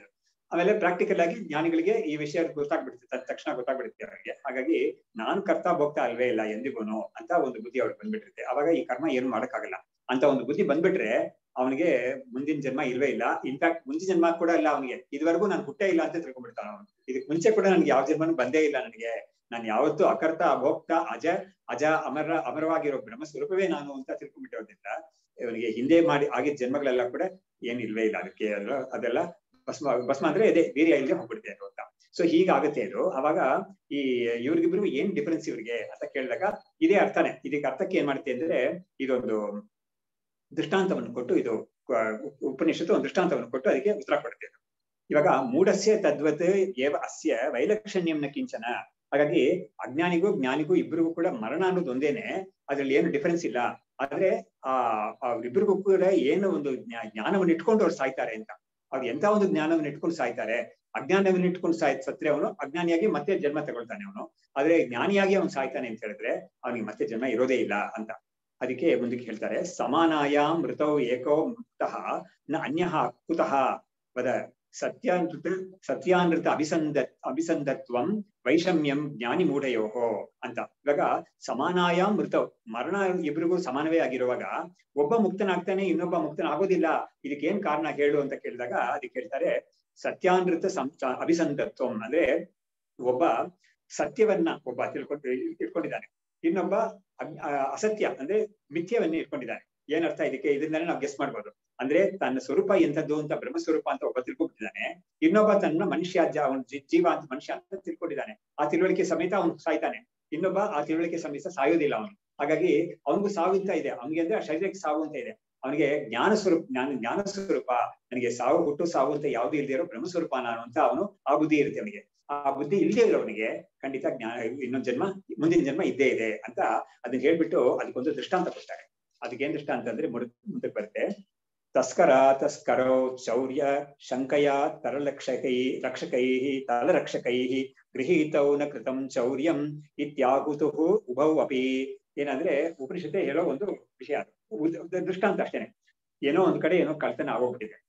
ಇವಾಗ ಕಳ್ತನ ಯಾರೋ ಒಬ್ರಿಗೆ ಇನ್ವೆಸ್ಟಿಗೇಟ್ ಮಾಡ್ತಾರಲ್ಲ, ಅವ್ರಿಗೆ 2-3 ಮೇಲೆ ಸಂಶಯ ಬರುತ್ತೆ. ಸಂಶಯ ಬಂದಾಗ ಅವ್ರನ್ನೆಲ್ಲ ಹಿಡ್ಕೊಂಡು ಹೋಗ್ತಾರೆ ಇನ್ವೆಸ್ಟಿಗೇಟ್ ಮಾಡಕ್ಕೆ. ಎಲ್ಲರನ್ನೂ ಹಿಡ್ಕೊಂಡು ಹೋಗ್ಬಿಡ್ತಾರೆ. ಇಟ್ಕೊಂಡು ಹೋದ್ರೆ ಒಳಗಾಕ್ಬಿಟ್ಟು ಪರೀಕ್ಷೆ ಇದು ಮಾಡ್ತಾರೆ, ಕ್ವೆಶ್ಚನ್ ಮಾಡ್ತಾರೆ, ಇನ್ವೆಸ್ಟಿಗೇಟ್ ಮಾಡ್ತಾರೆ. ಅವ್ರು ಇಂಟ್ರಾಗೇಟ್ ಮಾಡುವಾಗ ಇಬ್ರು ಕೂಡ ನಾನು ಮಾಡಿಲ್ಲ ಅಂತ ಹೇಳ್ತಾರೆ. ನೋಡಿ ಇದ್ರಲ್ಲಿ ಏನಾಗುತ್ತೆ ಅಂದ್ರೆ, ಕಳ್ತನ ಆಗಿರೋದು ಖಂಡಿತ, ಆದ್ರೆ ಈ 2-3ರಲ್ಲಿ ಇವ್ರು ಇಬ್ರು, ಇವಾಗ ಉದಾಹರಣೆಗೆ ಇಬ್ರು ತಗೊಂಡಿದ್ದಾರೆ ಅಷ್ಟೇನೆ. ಆ ಇಬ್ರಲ್ಲಿ ಇಬ್ರು ಕೂಡ ನಾನು ಮಾಡಿಲ್ಲ ಅಂತ ಹೇಳ್ತಾರೆ. ಆದ್ರೆ ಆ ಇಬ್ರು ಮಾಡಿಲ್ಲ ಅಂತ ಹೇಳುವಾಗ ಒಬ್ಬ ಮಾಡಿದ್ದಾನೆ, ಇನ್ನೊಬ್ಬ ಮಾಡಿಲ್ಲ, ಕಳ್ತನ ಮಾಡಿಲ್ಲ ಒಬ್ಬ. ಯಾಕಂದ್ರೆ ಅವನು ಕೂಡ ಸುಮ್ಮನೆ ತಂದು ಹಾಕ್ಬಿಡ್ತಾರೆ. ಏನೋ ಅವನ ಜೊತೆಗೆ ಇದ್ದಾನೋ ಅಥವಾ ಎಲ್ಲೋ ಅಲ್ಲಿ ನೋಡ್ತಾ ಇದ್ದ ಆ ಒಂದು ಗುಂಪಲ್ಲಿ ಇದ್ದ ಅಂತ ಒಂದು ಕಾರಣಕ್ಕೆ ಅವನು ಎಳ್ಕೊಂಡ್ಬಿಟ್ಬಿಟ್ರು. ಆದ್ರೆ ಅವನು ಇನ್ನಸೆಂಟ್ ಆಗಿರ್ತಾನೆ ಒಬ್ಬ. ಸೊ ಅವನು ಕರ್ಕೊಂಡ್ ಬಂದಿದ್ದಾರೆ. ಅವನು ಖಂಡಿತ ನಾನು ಮಾಡಿಲ್ಲ ಅಂತಾನೆ ಹೇಳ್ತಾನಲ್ವಾ. ಆದ್ರೆ ಇನ್ನೊಬ್ಬ ಇದ್ದಾನಲ್ಲ, ಅವನು ಸುಳ್ಳು ಹೇಳ್ತಾ ಇದ್ದಾನೆ. ಒಬ್ಬ ಸತ್ಯವಾಗಿ ನಾನು ಮಾಡಿಲ್ಲ ಅಂತ ಹೇಳ್ತಾನೆ, ಇನ್ನೊಬ್ಬ ಸುಳ್ಳು ಅವನು ನಾನು ಮಾಡಿಲ್ಲ ಅಂತ ಅವನು ಹೇಳ್ತಾನೆ. ಆದ್ರೆ ಅವ್ರಿಗೆ ಪರೀಕ್ಷೆ ಮಾಡಕ್ಕೆ ಇಬ್ಬರಲ್ಲಿ ಯಾರು ಸತ್ಯ ಹೇಳ್ತಾ ಇದ್ದಾರೆ, ಯಾರು ಸತ್ಯ ಹೇಳ್ತಾ ಇಲ್ಲ ಅಂತ ಮಾಡಕ್ಕೆ ಒಂದು ಕಾಲದಲ್ಲಿ ಒಂದು ಮೆಥಡ್ ಇತ್ತದು. ಇವಾಗ ಏನೋ ಟೆಸ್ಟ್ ಎಲ್ಲ ಮಾಡ್ತಾರಲ್ಲ ಏನೋ ಒಂದು ಟೆಸ್ಟ್ ಎಲ್ಲ ಮಾಡ್ತಾರೆ, ಕೆಮಿಕಲ್ ಇದೆಲ್ಲ ಅವ್ರಿಗೆ ಇಂಜೆಕ್ಷನ್ ಕೊಟ್ಟು ಅವ್ರಿಗೆ ಒಂದು ಮಾಡ್ತಾರೆ. ಇವಾಗ ಕೂಡ ನ್ಯಾಕ್ರೋ ಟೆಸ್ಟ್. ಇವರು ಲಾಯರ್ ಆಗಿದ್ದಲ್ಲ ಅವರು. ಹೌದೌದು, ಪ್ರಾಕ್ಟಿಕಲ್ ಆಗಿ ಪೇಪರ್ ಅಲ್ಲಿ ಬರ್ತಾ ಇರುತ್ತೆ ಅದು, ಇಂಥದ್ದೆಲ್ಲ ಮಾಡ್ತಾ ಇರ್ತಾರೆ. ಅವಾಗ ಒಂದು ಟೆಸ್ಟ್ ಏನಿದೆ ಅಂದ್ರೆ, ಒಂದು ಕಾದ ಕಬ್ಬಿಣವನ್ನ ಕಾದ ಕೊಡ್ಲಿಯನ್ನ ನೀನು ಅಂತ ಕೈಲಿ ಇಟ್ಕೋಬೇಕು. ಅವನು ಯಾರ ಮೇಲೆ ಸಂಶಯ ಬಂದಿದೆಯೋ ಅವ್ನು ಇಟ್ಕೋಬೇಕು. ಅವ್ರು ಇಟ್ಕೊಂಡಾಗ ಯಾರು ಸುಳ್ಳು ಹೇಳ್ತಾನೋ ಅವನ ಕೈ ಸುಟ್ಟೋಗ್ಬಿಡುತ್ತೆ. ಅದು ಸುಳ್ಳು ಹೇಳ್ದೆ ಇರೋ ಸತ್ಯ ಹೇಳ್ತಾ ಇದ್ದಾನಲ್ಲ ಅವನ ಕೈ ಸುಡಲ್ಲ ಅಂತ ಒಂದು ಲೆಕ್ಕ ಇದೆ. ಈ ಲೆಕ್ಕದಲ್ಲಿ ಏನ್ ಮಾಡ್ತಾರೆ, ಇವಾಗ್ಲೂ ಕೆಮಿಕಲ್ ಇದರಲ್ಲಿ ಈ ತರ ಪರೀಕ್ಷೆ ಮಾಡಿದ್ರೆ ಗೊತ್ತಾಗ್ಬಿಡುತ್ತೆ ಅವನಿಗೆ. ಹೀಗೆ ಬೇರೆ ದೇಶಗಳು ಇರ್ಬೋದು, ಆದ್ರೆ ಈ ತರ ಆಗುತ್ತೆ ಅಂತ ನಮ್ಗೆ ಒಂದು ಕಾಲದಲ್ಲಿ ಇದ್ದಿದೆ ಅದು. ಅವಾಗ ಏನಾಗುತ್ತೆ, ಇದು ಕೊಟ್ಟಾಗ ಕೈಗೆ ಕೊಡ್ಲಿಯನ್ನು ಕೊಟ್ಟಾಗ, ಕಾದು ಕೊಡ್ಲಿಯನ್ನು ಕೊಟ್ಟಾಗ ಒಬ್ಬ ಏನ್ ಮಾಡ್ತಾನೆ, ಇಬ್ರು ಹಿಡ್ಕೋಬೇಕಾದನ್ನ. ಅವಾಗ ಹಿಡ್ಕೊಂಡವನಿಗೆ ಯಾರ ಕೈ ಸುಡುತ್ತೋ ಅವ್ನು ಸುಳ್ಳು ಹೇಳಿದ್ದಾನೆ ಅಂತ, ಯಾರ ಕೈ ಸುಡ್ಲಿಲ್ವೋ ಅವ್ನು ಸುಳ್ಳು ಹೇಳಿದ್ದ. ಹಾಗಾಗಿ ಅವನಿಗೆ ಖಂಡಿತ ಈ ಸುಟ್ಟಿದ ತಕ್ಷಣನೇ ಅವನಿಗೆ ಬಾಯಿ ಬಿಟ್ಟು ಹೇಳ್ಬೇಕಾಗಿಲ್ಲ. ಕೈ ಕೊಟ್ಟಿದ್ದು ಸುಟ್ಟಿದಾಗೆ ಅವ್ನು ಹೇಳ್ಕೊಂಡು ಹೋಗ್ಬಿಡ್ತಾರೆ, ಅವ್ನಿಗೆ ಬೇಕಾಗಿರೋ ಶಿಕ್ಷೆ ಕೊಡ್ತಾರೆ. ಯಾರು ಸುಡ್ಲಿಲ್ವೋ ಅವನ್ನ ಬಿಟ್ಬಿಡ್ತಾರೆ. ಸೊ ಅದನ್ನ ಮುಂದೆ ಹೇಳ್ತಾ ಇದ್ದಾರೆ, ತಸ್ಕರ ಅತಸ್ಕರವು ಚೌರ್ಯ ಶಂಕಯ ತಲರಕ್ಷಕೈ ಗೃಹೀತವು ನ ಕೃತಂ ಚೌರ್ಯಂ ಇತಿ ಆಹುತಕು ಉಭವವಿ. ಅರ್ಥ ಆಗುತ್ತಲ್ವಾ? ತಸ್ಕರ ಅಂದ್ರೆ ಕಳ್ಳ, ಅತಸ್ಕರ ಅಂದ್ರೆ ಕಳ್ತನ ಮಾಡದೇ ಇರೋನು. ಇಬ್ಬರನ್ನು ಇಟ್ಕೊಂಡು ಹೋಗ್ತಾರೆ. ಚೌರ್ಯ ಶಂಕಯ, ಕಳ್ತನ ಆಗಿದೆ ಅಂತ ಒಂದು ಸಂಖ್ಯೆಯಿಂದ ಇಟ್ಕೊಂಡು ಹೋಗ್ತಾರೆ. ಯಾರೋ ತಲರಕ್ಷಕೈ ಅಂತ ಹೇಳಿದ್ರೆ ಪೊಲೀಸ್ನವರು ಇಟ್ಕೊಂಡು ಹೋಗ್ತಾರೆ. ಗೃಹೀತವು ನ ಕೃತಂ ಚೌರ್ಯಂ, ನಾನು ಮಾಡ್ಲಿಲ್ಲ, ಕಳ್ತನ ನಾನು ಮಾಡ್ಲಿಲ್ಲ ಅಂತ ಇಬ್ರು ಹೇಳ್ತಾ ಇದ್ದಾರೆ ಅಂತ. ಮುಂದಕ್ಕೆ ಶ್ಲೋಕದಲ್ಲಿ ಹೇಳ್ತಾ ಇದ್ದಾರೆ, ಗೃಹೀತ ಪರುಷುಂ ತಪ್ತಂ ತೌ ತಯೋಸ್ತಸ್ಕರೋ ನೃತಂ ಅಭಿಸಂಧಾಯ ದಗ್ಧಃ ಸನ್ ಹನ್ಯತೆ ತಲರಕ್ಷಕೈ. ಇವಾಗ ಗೃಹೀತ ಪರಶುಂ ತಪ್ತಂ ತೌ, ಇಬ್ರು ಕೂಡ ಪರಶು ಅಂದ್ರೆ ಕೊಡ್ಲಿ, ಕಾದು ಕೊಡ್ಲಿಯನ್ನು ಇಬ್ರು ಕೂಡ ಹಿಡ್ಕೊಳ್ತಾರೆ. ಹಿಡ್ಕೊಂಡಾಗ ತಸ್ಕರೋ ಅನೃತಂ ಅಭಿಸಂಧಾಯ ದಗ್ಧಃ, ಕಳ್ಳ ಯಾರು ಸುಳ್ಳು ಹೇಳ್ತಾ ಇದ್ದಾನೋ, ಕಳ್ಳ ನಿಜವಾದ ಕಳ್ಳ, ಅವನ ಕೈ ಸುಡುತ್ತೆ ಅವನಿಗೆ. ಅವಾಗ ಏನ್ ಮಾಡ್ತಾರೆ, ಹನ್ಯತೆ ತಲರಕ್ಷಕೈ, ಅವರು ಹೊಡಿತಾರೆ, ಬಡಿತಾರೆ, ಅವನಿಗೆ ಶಿಕ್ಷೆ ಎಲ್ಲ ಕೊಡ್ತಾರೆ ಅವರು. ಇನ್ನೊಬ್ಬನ ಕೇಸ್ ಏನಾಗುತ್ತೆ ಅಂದ್ರೆ, ಅತಸ್ಕರ ಸತ್ಯಸಂಧೋ ನ ದಗ್ಧಃ ಮುಚ್ಯತೆ ಚತೈಹಿ ಅಜ್ಞಾನಿ ಅನೃತ ಸಂಧೋತ್ರ ಸತ್ಯಸಂಧಸ್ತು ತತ್ವವಿತ್. ಇವಾಗ ಯಾರು ಕಳ್ಳ ಅಲ್ವೋ, ನಿಜವಾಗಿ ಯಾರು ಕಳ್ಳತನ ಮಾಡಿಲ್ವೋ ಅವನ ಕೈ ಸುಡೋದಿಲ್ಲ. ಅವಾಗ ಅವನ್ನ ಬಿಟ್ಬಿಡ್ತಾರೆ, ಅವ್ನಿಗೆ ಏನ್ ಶಿಕ್ಷೆ ಕೊಡದೆ ಅವನ್ನ ಬಿಟ್ಬಿಡ್ತಾರೆ. ಇದು ದೃಷ್ಟಾಂತ. ದಾಷ್ಟಾಂತಕದಲ್ಲಿ ಏನಾಗುತ್ತೆ ಅಂತ ಹೇಳಿದ್ರೆ, ಅಜ್ಞಾನಿ ಅನೃತ ಸಂಧಃ ಹತ್ರ ಅಂದ್ರೆ ಇಬ್ರು ಅಂದ್ರೆ ಜ್ಞಾನಿನೂ ಸಾಯ್ತಾನೆ, ಅಜ್ಞಾನಿನೂ ಸಾಯ್ತಾನೆ. ಸಾಯೋ ಅಜ್ಞಾನಿಗೆ ಅವನು ಅನೃತ ಸಂಧ ಅಂದ್ರೆ ಏನರ್ಥ ಅಂತ ಹೇಳಿದ್ರೆ, ತನ್ನ ಸತ್ಯವಾದ ತನ್ನ ಸ್ವರೂಪವನ್ನ ತಿಳ್ಕೊಳ್ಳದೆ ಅಸತ್ಯವಾದ ಮಿಥ್ಯೆಯಾದ ಶರೀರಾದಿಗಳನ್ನ ತಾನು ಅಂತ ತಿಳ್ಕೊಂಡ್ಬಿಟ್ಟಿದ್ದಾನ ಅವನು. ಅಂತ ಅವನು ಸಾಯೋವಾಗ ಏನಾಗ್ತಾನೆ, ಖಂಡಿತ ಅವನಿಗೆ ಮುಂದಿನ ಜನ್ಮ ಬರುತ್ತೆ, ಅವನಿಗೆ ಹಿಂದಿನ ಜನ್ಮ ಬರುತ್ತೆ. ಹಾಗಾಗಿ ನೋಡಿ, ಇಲ್ಲೂ ಕೂಡ ಈ ಅನೃತ ಅಂತ ಶಬ್ದವನ್ನು ಅದೇ ಉಪಯೋಗಿಸುತ್ತೆ. ಅದು ಏನರ್ಥ ಅಂತ ಹೇಳಿದ್ರೆ, ನೀನು ಸ್ವರೂಪ ಯಾವ್ದಾಗಿದೆಯೋ ಅದು ಅಲ್ಲದೆ ಇರೋ ಸ್ವರೂಪ, ಅದನ್ನ ನಾನು ಅಂತ ತಿಳ್ಕೊಂಡ್ಬಿಟ್ಟಿದ್ದಾನೆ. ಇದಕ್ಕೆ ನೋಡಿ, ನಮ್ಮ ಶಾಸ್ತ್ರದಲ್ಲಿ ಕೂಡ ಏನ್ ಮಾಡಿದ್ದಾರೆ ಅಂದ್ರೆ, ಈ ಆತ್ಮ ಅಂತ ಹೇಳುವಾಗ ಮುಖ್ಯಾತ್ಮ, ಮಿಥ್ಯಾತ್ಮ, ಗೌಣಾತ್ಮ ಅಂತ ಮೂರಾಗಿ ಹೇಳ್ತಾರೆ. ನಾವು ಬೇಕಾದಷ್ಟು ಹೇಳಿದ್ವಿ, ಮತ್ತೆ ಅದು ಹೇಳ್ಕೊಂಡೆ ನಮ್ಗೆ ಜ್ಞಾಪಕ ಬರುತ್ತೆ, ಮತ್ತೆ ಇರುತ್ತೆ. ಸೊ ಹಾಗಾಗಿ ಮುಖ್ಯಾತ್ಮ ಅನ್ನೋದು ನಮ್ಮ ಶುದ್ಧ ಸ್ವರೂಪ, ಪಂಚಕೋಶಗಳಿಂದ ಬೇರೆಯಾಗಿರೋ ಸ್ವರೂಪ, ಸಾಕ್ಷಿ ಸ್ವರೂಪ, ಯಾವತ್ತೂ ನಿರ್ವಿಕಾರಿಯಾಗಿರೋ, ಅದಕ್ಕೆ ಹುಟ್ಟು ಸಾವು ಇಲ್ಲದೆ ಇರೋ ಸ್ವರೂಪ ನಮ್ಮ ಸಾಕ್ಷಿ ಸ್ವರೂಪ. ಅದೇ ಮುಖ್ಯಾತ್ಮ. ಅದೇ ನೈನಂ ಚಿಂತಂತಿ ಅನ್ನೋದು ಅದೇನೆ ಮುಖ್ಯಾತ್ಮ. ಮಿಥ್ಯಾತ್ಮ ಅನ್ನೋದೇ ಈ ಪಂಚಕೋಶಗಳು, ಅಂದ್ರೆ ಅನ್ನಮಯ ಕೋಶ, ಮನೋಮಯ ಕೋಶ, ಪ್ರಾಣಮಯ ಕೋಶ, ಇಂದ್ರಿಯಗಳು ಎಲ್ಲ ಸೇರುತ್ತೆ. ಬುದ್ಧಿ, ಮನಸ್ಸು, ಅಹಂಕಾರ ತನಕ ಇರೋದು ಎಲ್ಲವೂ ಕೂಡ ಪಂಚಕೋಶಗಳು, ಒಂದು ಪ್ಯಾಕೇಜ್ ತರ ಇದೆ. ಅದರಲ್ಲಿ ನಾನು ಅಂತ ಬುದ್ಧಿ ಇದೆಯಲ್ಲ, ಅದಕ್ಕೆ ಮಿಥ್ಯಾತ್ಮ ಅಂತ ಹೇಳೋದು. ಅಂದ್ರೆ ಅದು ನಮ್ಮ ಸ್ವರೂಪ ಅಲ್ವೇ ಇಲ್ಲ ಅದು. ಆದ್ರೆ ಅದರಲ್ಲಿ ನಾನು ಅಂತ ಒಂದು ಬುದ್ಧಿ ಬಂದ್ಬಿಟ್ಟಿದೆ ಅಜ್ಞಾನದಿಂದ. ಇದಕ್ಕೆ ಮಿಥ್ಯಾತ್ಮ ಅಂತ ಹೇಳಿದ್ದಾರೆ. ಇದು ಆತ್ಮ ಅಲ್ಲದೆ ಇರೋದು ಇದು. ಅದರಿಂದ ಆದ್ರೆ ಇವನಾಗೆ ನಾನು ಆತ್ಮ ಅಲ್ವೇ ಇಲ್ಲ, ನಾನು ಇದು ಅಲ್ವೇ ಇಲ್ಲ, ಆದ್ರೆ ಇದು ನಾನು ಅಂತ ತಿಳ್ಕೊಂಡ್ಬಿಟ್ಟಿದ್ದಾನೆ. ಇದಕ್ಕೆ ಮಿಥ್ಯಾತ್ಮ ಅಂತ. ಯಾಕಂದ್ರೆ ತಪ್ಪು ತಿಳುವಳಿಕೆ ತಾನೆ ಅದು, ಅದರಿಂದ ಮಿಥ್ಯಾತ್ಮ ಅದು. ಗೌಣಾತ್ಮ ಅನ್ನೋದು ಯಾವ್ದು ಅಂತ ಹೇಳಿದ್ರೆ, ಈ ಶರೀರಕ್ಕಿಂತ ಹೊರಗಡೆ ಇಲ್ಲ, ಶರೀರಕ್ಕಿಂತ ಹೊರಗಡೆ ಇರೋ ಮನುಷ್ಯರು, ನಮ್ಗೆ ಬೇಕಾದವರು, ನಮ್ಗೆ ಬೇಕಾಗಿರೋ ವ್ಯಕ್ತಿಗಳು, ನಮ್ಗೆ ಬೇಕಾಗಿರೋ ವಸ್ತುಗಳು, ಆಸ್ತಿ ಪಾಸ್ತಿ ಅಂತ ಹೇಳ್ತೀವಿ. ಆಮೇಲೆ ಇದು ಬಂಧುಗಳು, ಆಮೇಲೆ ನಮ್ಗೆ ಮಿತ್ರರು ಅಂತೆಲ್ಲ ಹೇಳ್ತೀವಲ್ಲ, ನನ್ನ ಆಳುಗಳು, ನನ್ನ ಕೆಲಸ ಮಾಡೋರು ಅಂತೆಲ್ಲ ಆಪ್ತರು ಅಂತ ಹೇಳ್ತೀವಿ, ಮಿತ್ರರು. ಆಮೇಲೆ ನಮ್ಗೆ ಆಳುಗಳ ಯಾರು ಕೆಲಸವರೆಲ್ಲ ಇರ್ತಾರಲ್ಲ ಅಂತವ್ರೆಲ್ಲ ನಮ್ಗೆ ಬೇಕಾದವರು ಅಂತ ಕೊಡ್ತೀವಿ. ಸೊ ಹಾಗಾಗಿ ಈ ಶರೀರಕ್ಕಿಂತ ಹೊರಗಡೆ ಯಾವ್ದು ಕೆಲವು ವ್ಯಕ್ತಿಗಳು, ಕೆಲವು ವಸ್ತುಗಳು, ಆಮೇಲೆ ನಮ್ಗೆ ಪೆಟ್ ಡಾಗ್ ಅಂತ ಇರ್ತಲ್ಲ, ಅದು ಪಶು ಇಂಥದ್ದೆಲ್ಲ ಇರ್ತಲ್ಲ, ಅದು ಎಲ್ಲವನ್ನು ಕೂಡ ನಮಗ್ ಬೇಕಾದ್ದು ಅಂತ ಹೇಳ್ತೀವಿ, ನಮ್ಮ ಆಸ್ತಿ ಅಂತ ಹೇಳ್ತೀವಿ. ಅಂತದೆಲ್ಲ ಕೂಡ ಗೌಣಾತ್ಮ ಅಂತ. ಯಾತಕ್ಕೆ ಅಂದ್ರೆ ಅದು ನಿಜವಾಗ್ಲೂ ಆತ್ಮ ಅಲ್ಲ, ಅದು ಇವನ ಆತ್ಮ ಅಲ್ಲ ಅದು. ಆಕ್ಚುಲಿ ಅವರೆಲ್ಲ ಕೂಡ ವಾಸ್ತವವಾಗಿ ಇವನ್ ಅಲ್ವೇ ಇಲ್ಲ, ಇವನಿಗೂ ಅದು ಗೊತ್ತು. ಆದ್ರೂ ಕೂಡ ಅವರೆಲ್ಲ ಇವನು ನೆಚ್ಕೊಂಡಿರೋದ್ರಿಂದ ಅವ್ರಗಳಿಗೆ ಏನಾದ್ರು ಆದ್ರೆ ಇವನಿಗೆ ತನಗೆ ಆಯ್ತು ಅಂತ ಒಂದು ಫೀಲಿಂಗ್ ಬರ್ತೇವೆ. ಹಾಗಾಗಿ ಅವುಗಳಿಗೆ, ಆ ವ್ಯಕ್ತಿಗಳಿಗೆ ಅಥವಾ ಆ ವಸ್ತುಗಳಿಗೆ ಏನಾದ್ರೂ ಒಂದು ಒಳ್ಳೇದೋ ಕೆಟ್ಟದೋ ಆದ್ರೆ ಇವನಿಗೆ ಅಷ್ಟೊಂದು ಅದ್ರ ಮೇಲೆ ಅಭಿಮಾನ ಇರೋದ್ರಿಂದ ತನಗೆ ಅದಾಗ್ತಾ ಇದೆ ಅಂತ ಒಂದು ದುಃಖ ಬರುತ್ತೆ ಅವನಿಗೆ. ಅದರಿಂದ ಇದಕ್ಕೆ ಗೌಣಾತ್ಮ ಅಂತ ಹೇಳಿದ್ದಾರೆ. ಹಾಗಾಗಿ ಗೌಣಾತ್ಮ ಅಂದ್ರೆ ಏನರ್ಥ ಅಂದ್ರೆ, ಯದ್ಯಪಿ ಅವುಗಳೆಲ್ಲ ನಾನಲ್ಲ ಅಂತ ಗೊತ್ತಿರುತ್ತೆ ಅವನಿಗೆ ಖಂಡಿತ. ನೋಡಿ ಈ ಮಿಥ್ಯಾತ್ಮಗೂ ಗೌಣಾತ್ಮಗೂ ಏನ್ ವ್ಯತ್ಯಾಸ ಅಂದ್ರೆ, ಈ ಶರೀರಾದಿಗಳ ವಿಷಯದಲ್ಲಿ ನಾನಲ್ಲ ಅಂತ ಗೊತ್ತಿಲ್ಲ ಅವನಿಗೆ. ಅದನ್ನ ಮೋಹದಿಂದ, ಅದು ಮೋಹ ಅಂದ್ರೆ ಮೌಢ್ಯ, ತಾನು ಅಂತ ತೀರ್ಮಾನ ಮಾಡ್ಕೊಂಡ್ಬಿಟ್ಟಿದ್ದಾನೆ. ಹೊರಗಡೆ ಇರೋ ವಿಷಯಗಳು ತಾನಲ್ಲ ಅಂತ ಅವನಿಗೆ ಗೊತ್ತು ಖಂಡಿತ. ಆದ್ರೆ ಆ ವಿಷಯಗಳಲ್ಲಿ ಅವನಿಗೆ ಒಂದು ಅಭಿಮಾನ ಇರೋದ್ರಿಂದ ಒಂದು ಎಕ್ಸ್ಟೆಂಡೆಡ್ ಅಹಂ ಅದರಲ್ಲಿ ಹೊರಗಡೆ. ಅದ್ರಲ್ಲಿ ಅವನಿಗೆ ಏನಾದ್ರೂ ಅವುಗಳಿಗೆ ಅಥವಾ ಆ ವ್ಯಕ್ತಿಗಳಿಗೆ, ಆ ವಸ್ತುಗಳಿಗೆ ಏನಾದ್ರೂ ಒಂದು ಒಳ್ಳೇದೋ ಕೆಟ್ಟದೋ ಆದ್ರೆ ಅವಾಗ ತನಗೆ ಅದೆಲ್ಲ ಆಯ್ತು ಅಂತ ಅವನಿಗೆ ಫೀಲ್ ಮಾಡ್ತಾನೆ. ಆದ್ರಿಂದ ತಾನು ಅಂತ ಒಂದು ಅಭಿಮಾನ ಎಕ್ಸ್ಟೆಂಡ್ ಆಗಿ ಅದ್ರ ಮೇಲೆ ಬಂದಿರುತ್ತೆ. ನೋಡಿ, ಶರೀರಕ್ಕೆ ಮನಸ್ಸಿಗೆ ಏನಾದ್ರೂ ಒಂದಾದ್ರೆ ತನಗೆ ಆಯ್ತು ಅಂತ ಅನ್ಕೊಳ್ತಾನೆ. ಇದು ಮಿಥ್ಯಾತ್ಮನಲ್ಲಿ ಬರೋ ಒಂದು ವಿಷಯ. ಆದ್ರೆ ಗೌಣಾತ್ಮನಲ್ಲಿ ಯಾರು ನಾನು ಹೇಳಿದ್ನಲ್ಲ, ಆಸ್ತಿ ಪಾಸ್ತಿ ಅಂತ ಇದೆಲ್ಲ ಹೇಳಿದ ವ್ಯಕ್ತಿಗಳು ಅಂತ, ಅವ್ರುಗಳು ತಾನಲ್ಲ ಅಂತ ತಿಳ್ಕೊಂಡಿದ್ರು ಕೂಡ, ಬುದ್ಧಿ ಇದ್ರು ಕೂಡ ಏನಾದ್ರೂ ಅವ್ರಿಗೆ ಆದ್ರೆ ತನಗೆ ಆಗ್ತಾ ಇದೆ ಅಂತ ಅವ್ನಿಗೆ ಅನ್ಕೊಳ್ತಾನೆ. ಇದು ಗೌಣಾತ್ಮ ಅಂತ. ಅದಕ್ಕೆ ಎಕ್ಸ್ಟೆಂಡೆಡ್ ಅಹಂ ಅನ್ನೋದು ಅದ್ರಲ್ಲಿ ಎಕ್ಸ್ಟೆಂಡ್ ಆಗುತ್ತೆ, ಅಲ್ಲಿವರೆಗೂ ಹೋಗುತ್ತೆ ಅದು. ಈ ಮೂರು ಇದೆಯಲ್ಲ, ಈ ಮೂರಲ್ಲಿ ಈ ಮುಖ್ಯಾತ್ಮ ಒಂದೇನೆ ಸತ್ಯವಾದ್ರು, ಬಾಕಿ ಎಲ್ಲ ಸತ್ಯವಲ್ಲ ಅದು. ಅವಾಗ ಏನಾಗುತ್ತೆ, ಯಾರು ತನ್ನ ಸ್ವರೂಪವನ್ನ ಇಂಥ ಮುಖ್ಯಾತ್ಮ ಅಂತ ತಿಳಿದೆ, ಈ ಮಿಥ್ಯಾತ್ಮ ಅಂತ ಯಾವ್ದನ್ನ ಶಾಸ್ತ್ರ ಹೇಳಿದ್ಯೋ ಅದನ್ನ ನಾನು ಅಂತ ತಿಳಿದು ಹೊರಗಡೆ ಇರೋ ವಿಷಯಗಳೆಲ್ಲ ಕೂಡ ಅಭಿಮಾನ ಇಟ್ಕೊಂಡಿದ್ದಾನಲ್ಲ, ಅವನು ಅಂತ ಒಂದು ಬುದ್ಧಿ ಸಮೇತ ಅವನು ಸತ್ರೆ ಅವನಿಗೆ ಖಂಡಿತ ಅವನಿಗೆ ಮುಂದಿನ ಜನ್ಮ ಇದ್ದೇ ಇದೆ ಅವನಿಗೆ. ನೋಡಿ, ಅದರಲ್ಲೂ ಕೂಡ ಒಂದು ಸೂಕ್ಷ್ಮ ಒಂದಿದೆ. ಏನು ಅಂದ್ರೆ, ಅವನಿಗೆ ಆ ಸಾಯೋ ತರುವಾಯಲ್ಲಿ, ಆ ಸಾಯೋ ಸಮಯದಲ್ಲಿ, ಆ ಕೊನೆ ಕ್ಷಣದಲ್ಲಿ ಅವನಿಗೆ ಮುಂದಿನ ಜನ್ಮ ಏನಾಗುತ್ತೆ ಅಂತ ಅವನಿಗೆ ಒಂದು ಸಮ್ ಕೈಂಡ್ ಆಫ್ ಇದು ಫ್ಲಾಶ್ ಅವನಿಗೆ ಸಿಗುತ್ತೆ. ಅದು ಸಮ್ ಕೈಂಡ್ ಆಫ್ ಇಂಡಿಕೇಶನ್ ಸಿಗುತ್ತೆ ಅವನಿಗೆ, ಯಾವ ತರ ಇರುತ್ತೆ ಅಂತ ಅವನಿಗೆ ತಿಳ್ಕೊಂಡೆ ಅವ್ನು ಹೋಗ್ತಾನಂತೆ. ಇವಾಗ ಅದಕ್ಕೆ ನಾವು ಸಾಮಾನ್ಯ ಉದಾಹರಣೆ ಏನ್ ಕೊಡ್ಬೋದು ಅಂದ್ರೆ, ಇವಾಗ ಮನೆಯಿಂದ ನಾವೆಲ್ಲಾದ್ರೂ ಆಚೆ ಹೋಗ್ತಾ ಇದೀವಿ ಅಂತ ಹೇಳಿದ್ರೆ, ಎಲ್ಲಿ ಹೋಗ್ತಾ ಇದೀವಿ ಅಂತ ನಿರ್ಧಾರ ಮಾಡ್ಕೊಂಡೆ ನಾವು ಮನೆಯಿಂದ ಬಿಡ್ತೀವಲ್ವಾ. ನಾವು ಮನೆಯಿಂದ ಆಚೆ ಬರ್ಬೇಕು ಅಂದ್ರೆ ಬಾಗಿಲಿಂದ ನಾವು ಆಚೆ ಚಪ್ಪಲಿ ಹಾಕೊಂಡು ಬರ್ಬೇಕು ಅಂದ್ರೆ ಎಲ್ಲೋ ಒಂದ್ ಕಡೆ ಅಂಗಡಿಗೋ ಅಥವಾ ಯಾರು ದೇವಸ್ಥಾನಕ್ಕೋ ಎಲ್ಲೋ ಒಂದ್ ಕಡೆ ಹೋಗ್ತೀವಿ ಅಂತ ತೀರ್ಮಾನ ಮಾಡ್ಕೊಂಡೆ ನಾವು ಇಳಿತೀವಿ, ಮನೆಯಿಂದ ಆಚೆ ಬರ್ತೀವಿ ನಾವು. ಆತರ ಇಲ್ಲೂ ಕೂಡ ಈ ಜನ್ಮದಲ್ಲಿ ಈ ಶರೀರದ ಜೊತೆಗೆ ಅವನಿಗೊಂದು ಸಂಬಂಧ ಇದೆಯಲ್ಲ, ಅದನ್ನ ಯಾವಾಗ ಬಿಡ್ತಾನೆ ಅಂತ ಹೇಳಿದ್ರೆ, ಮುಂದಿಂದು ಯಾವ್ದು ಅಂತ ತಿಳ್ಕೊಂಡೇನೆ ಅವ್ನು ಬಿಡ್ತಾನೆ. ಇದಕ್ಕೆ ಉಪನಿಷತ್ತಲ್ಲಿ ಒಂದು ಉದಾಹರಣೆ ಕೊಡುತ್ತೆ. ಈ ಜಗಣಿ ಅಂತ ಹೇಳ್ತಾರಲ್ಲ, ಒಂದು ಸಣ್ಣದಾಗಿ ಲೀಚ್ ಅಂತ ಹೇಳ್ತಾರೆ ಅದಕ್ಕೆ. ಅದು ಹೇಗೆ ಅದ್ರ ಮೂವ್ಮೆಂಟ್ ನೋಡಿ ಅದನ್ನ ಉದಾಹರಣೆ ಕೊಡ್ತಾರೆ, ಶಾಸ್ತ್ರದಲ್ಲಿ ಕೊಡ್ತಾರೆ ಉಪನಿಷತ್ತು. ಅದು ನೋಡಿ, ನಾವು ನೋಡಿದ್ದೀವಿ ಶೃಂಗೇರಿಯಲ್ಲಿ ಇದೆಯಲ್ಲ, ಯಾವುದು ನರಸಿಂಹ ಪರ್ವತ ಅಂತ ಇದೆಯಲ್ಲ, ಅದಕ್ಕೊಂದ್ಸತಿ ಯಾರೋ ಕರ್ಕೊಂಡು ಹೋದಾಗ ಅವರು ಹೌದು ಕಿಗ್ಗ ಹತ್ರ, ಶೃಂಗೇರಿಯಿಂದ ಸ್ವಲ್ಪ ದೂರದಲ್ಲಿ ಕಿಗ್ಗ ಅಂತ ಒಂದು ಜಾಗ ಇದೆ. ಇಲ್ಲ, ಅದು ಒಳಗಡೆನೆ ಇರೋದು. ನರಸಿಂಹ ಪರ್ವತ ಅಂತ ಸ್ವಲ್ಪ ದೂರದಲ್ಲಿ ಒಂದಿದೆ. ಗುರುಗಳು ಕೂಡ ಒಂದ್ಸತಿ ಹೋಗಿ ಬಂದ್ರು ಮೊನ್ನೆ. ಹಾಗಾಗಿ ಆ ಜಾಗಕ್ಕೆ ಸ್ವಲ್ಪ ಮೇಲೆ ಹತ್ಬೇಕು. ಅಲ್ಲಿ ತುಂಬಾ ಇದಿರುತ್ತೆ, ತುಂಬಾ ಗಿಡಗಳೆಲ್ಲ ತುಂಬಾ ಇರುತ್ತೆ, ಲೀಚ್ ಇರುತ್ತೆ. ಅದು ಅವರು ಹೋಗುವಾಗ್ಲೇ ಕರ್ಕೊಂಡು ಹೋಗ್ತಾರೆ, ಇಬ್ರು ಮೂರು ಗೈಡ್ ಇರ್ತಾರೆ, ಕರ್ಕೊಂಡು ಹೋಗ್ತಾರೆ. ಅವಾಗ ಏನ್ ಹೇಳ್ತಾರೆ, ಕಾಲ್ಗೆಲ್ಲ ಸ್ವಲ್ಪ ಎಣ್ಣೆ ಹಚ್ಕೊಂಡು ಹೋಗಿದ್ವಿ ಹೇಳ್ತಾರೆ. ಅವಾಗ ಏನೋ ಅಷ್ಟೆಲ್ಲ ಮಾಡ್ಕೊಂಡ್ರು ಕೂಡ ನಾವ್ ಅಲ್ಲಿ ಹೋಗ್ಬೇಕಲ್ಲ, ಹೋಗುವಾಗ ಎಲ್ಲೋ ಒಂದ್ ಕಡೆ 2-3 ನಮ್ಗೆ ಇದು ಮಾಡ್ಬಿಡುತ್ತೆ. ಅದು ನಮ್ ಶರೀರದ ಮೇಲೆ ಹತ್ಕೊಂಡ್ಬಿಡುತ್ತೆ. ಅದು ಆಮೇಲೆ ಕಚ್ಚಿ ಆಮೇಲೆ ಅದನ್ನ ಬಿಡಿಸೋದು ಸ್ವಲ್ಪ ಕಷ್ಟ ಆಗುತ್ತೆ. ಅದು ರಕ್ತ ಹೀರುತ್ತೆ, ಅದು ಚೆನ್ನಾಗಿ ಈ ತರ ಆಗುತ್ತೆ. ಅದು ಇದು ಸೊ ಅಲ್ಲಿ ಅದನ್ನ ಮೂವ್ಮೆಂಟ್ ನಾವು ನೋಡಿದೀವಿ. ಅಲ್ಲಿ ಹೋದಾಗ ಅದಕ್ಕೆ ಹೇಳಕ್ ಬಂದೆ ನಾನು. ಅದು ಏನ್ ಮಾಡ್ತೆ ಅಂದ್ರೆ, ಒಂದು ಗಿಡದಲ್ಲಿ ಒಂದ್ ಕಡೆಯಿಂದ ಇನ್ನೊಂದ್ ಕಡೆ ಹೋಗುವಾಗ ಸಣ್ಣದಾಗಿರುತ್ತೆ ಅದು ಹುಳು. ಆದ್ರೆ ಒಂದು ಎಲೆಯಿಂದ ಮುಂದಿನ ಎಲೆಗೆ ಅದು ಇದು ಮಾಡುವಾಗ ಮುಂದಿನ ಎಲೆಯಲ್ಲಿ ಮುಂದಿನ ಕಾಲುಗಳೆಲ್ಲ ಇಟ್ಕೊಂಡು ಆಮೇಲೆ ಈ ಕಾಲನ್ನ ತೆಗೀತೆ ಅದು.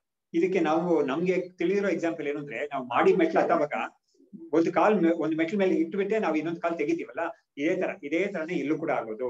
ಅವನ ಆ ಶರೀರ, ಮುಂದಿನ ಶರೀರ ಏನಂತ ತಿಳ್ಕೊಂಡೇನೆ ಇಲ್ಲಿಂದ ಅವ್ನು ಬಿಡ್ತಾನೆ ಅಂತ ಈ ಎಕ್ಸಾಂಪಲ್ ಕೊಡುತ್ತೆ. ಅದು ಏನೇ ಇದ್ರು ಕೂಡ ಈ ಒಂದು ವಿಷಯ ಅವನಿಗೆ ಫ್ಲಾಶ್ ಅಲ್ಲಿ ಗೊತ್ತಾಗುತ್ತೆ ಅಂತ. ಅವಾಗ ಅವನಿಗೆ ಕರ್ಮ ಇರೋದ್ರಿಂದ ಆ ಕರ್ಮ ವಾಸನೆ ಎಂತದಾಗಿರುತ್ತೆ ಅಂತ ನೋಡ್ಕೊಂಡು ಅಂದ್ರೆ ಇದು ಇವನೇನು ಆ ಸಮಯದಲ್ಲಿ ಮಾಡಕ್ ಆಗೋದಿಲ್ಲ ಅದನ್ನ. ಅದಕ್ಕೇನೆ ಕೃಷ್ಣ ಏನ್ ಮಾಡಿದ್ದಾನೆ 8ನೇ ಅಧ್ಯಾಯದಲ್ಲಿ ಹೇಳುವಾಗ, ತಸ್ಮಾತ್ ಮಾಮನುಸ್ಮರ ಸರ್ವಕಾಲೇಶು ಅಂತ ಹೇಳಿದಾನ. ಯಾಕಂದ್ರೆ ಯಂ ವಾಪಿ ಸ್ಮರನ್ ಭಾವಂ ತ್ಯಜತ್ಯಂತೆ ಕಲೇವರಂ ತಮೇವೈತಿ ಕೋಂತೆಯ ಸದಾ ತದ್ಭಾವ ಭಾವಿತಃ ಅಂತ ಒಂದು ನ್ಯಾಯ ಇದೆ, ಒಂದು ರೂಲ್ ಇದೆ. ಅದು ಲಾಜಿಕಲ್ ರೂಲ್ ಇದೆ. ನೀನ್ ಯಾವ್ದನ್ನ ನೀನು ಜೀವನದಲ್ಲಿ ತುಂಬಾ ದೊಡ್ಡದಾಗಿ ಅಥವಾ ತುಂಬಾ ತಾತ್ಪರ್ಯದಿಂದ ತುಂಬಾ ಡೀಪ್ ಆಗಿ ಇಂಟೆನ್ಸ್ ಆಗಿ ನೀನ್ ಯಾವ್ದನ್ನ ನೀನು ಭಾವನೆ ಮಾಡಿದ್ಯೋ, ಆ ಭಾವನೆನೇ ನಿನಗೆ ಕೊನೆ ಗಳಿಗೆಗೆ ತಾನೇ ಬಂದ್ಬಿಡುತ್ತೆ, ಹೊರಗಡೆ ತಾನೇ ಬಂದ್ಬಿಡುತ್ತೆ. ನೀನೇನು ಆ ಸಮಯದಲ್ಲಿ ನೀನು ಮಾಡಕ್ಕಾಗಲ್ಲ. ಇದು ಬರುವ ಬೇಡ, ನನ್ಗೆ ಬೇರೆ ಭಾವನೆ ಬರ್ಲಿ, ನನ್ಗೆ ಬೇಕಾಗಿರೋ ಭಾವನೆ ಬರ್ಲಿ ಅಂತ ನೀನು ಆ ಸಮಯದಲ್ಲಿ ಚೂಸ್ ಮಾಡಕ್ ಆಗೋದೇ ಇಲ್ಲ. ಯಾಕಂದ್ರೆ ನಿನ್ನ ಶರೀರ, ಬುದ್ಧಿ, ಇಂದ್ರಿಯಗಳೆಲ್ಲ ಅದಕ್ಕೆ ಕೋಆಪರೇಟ್ ಮಾಡೋದಿಲ್ಲ.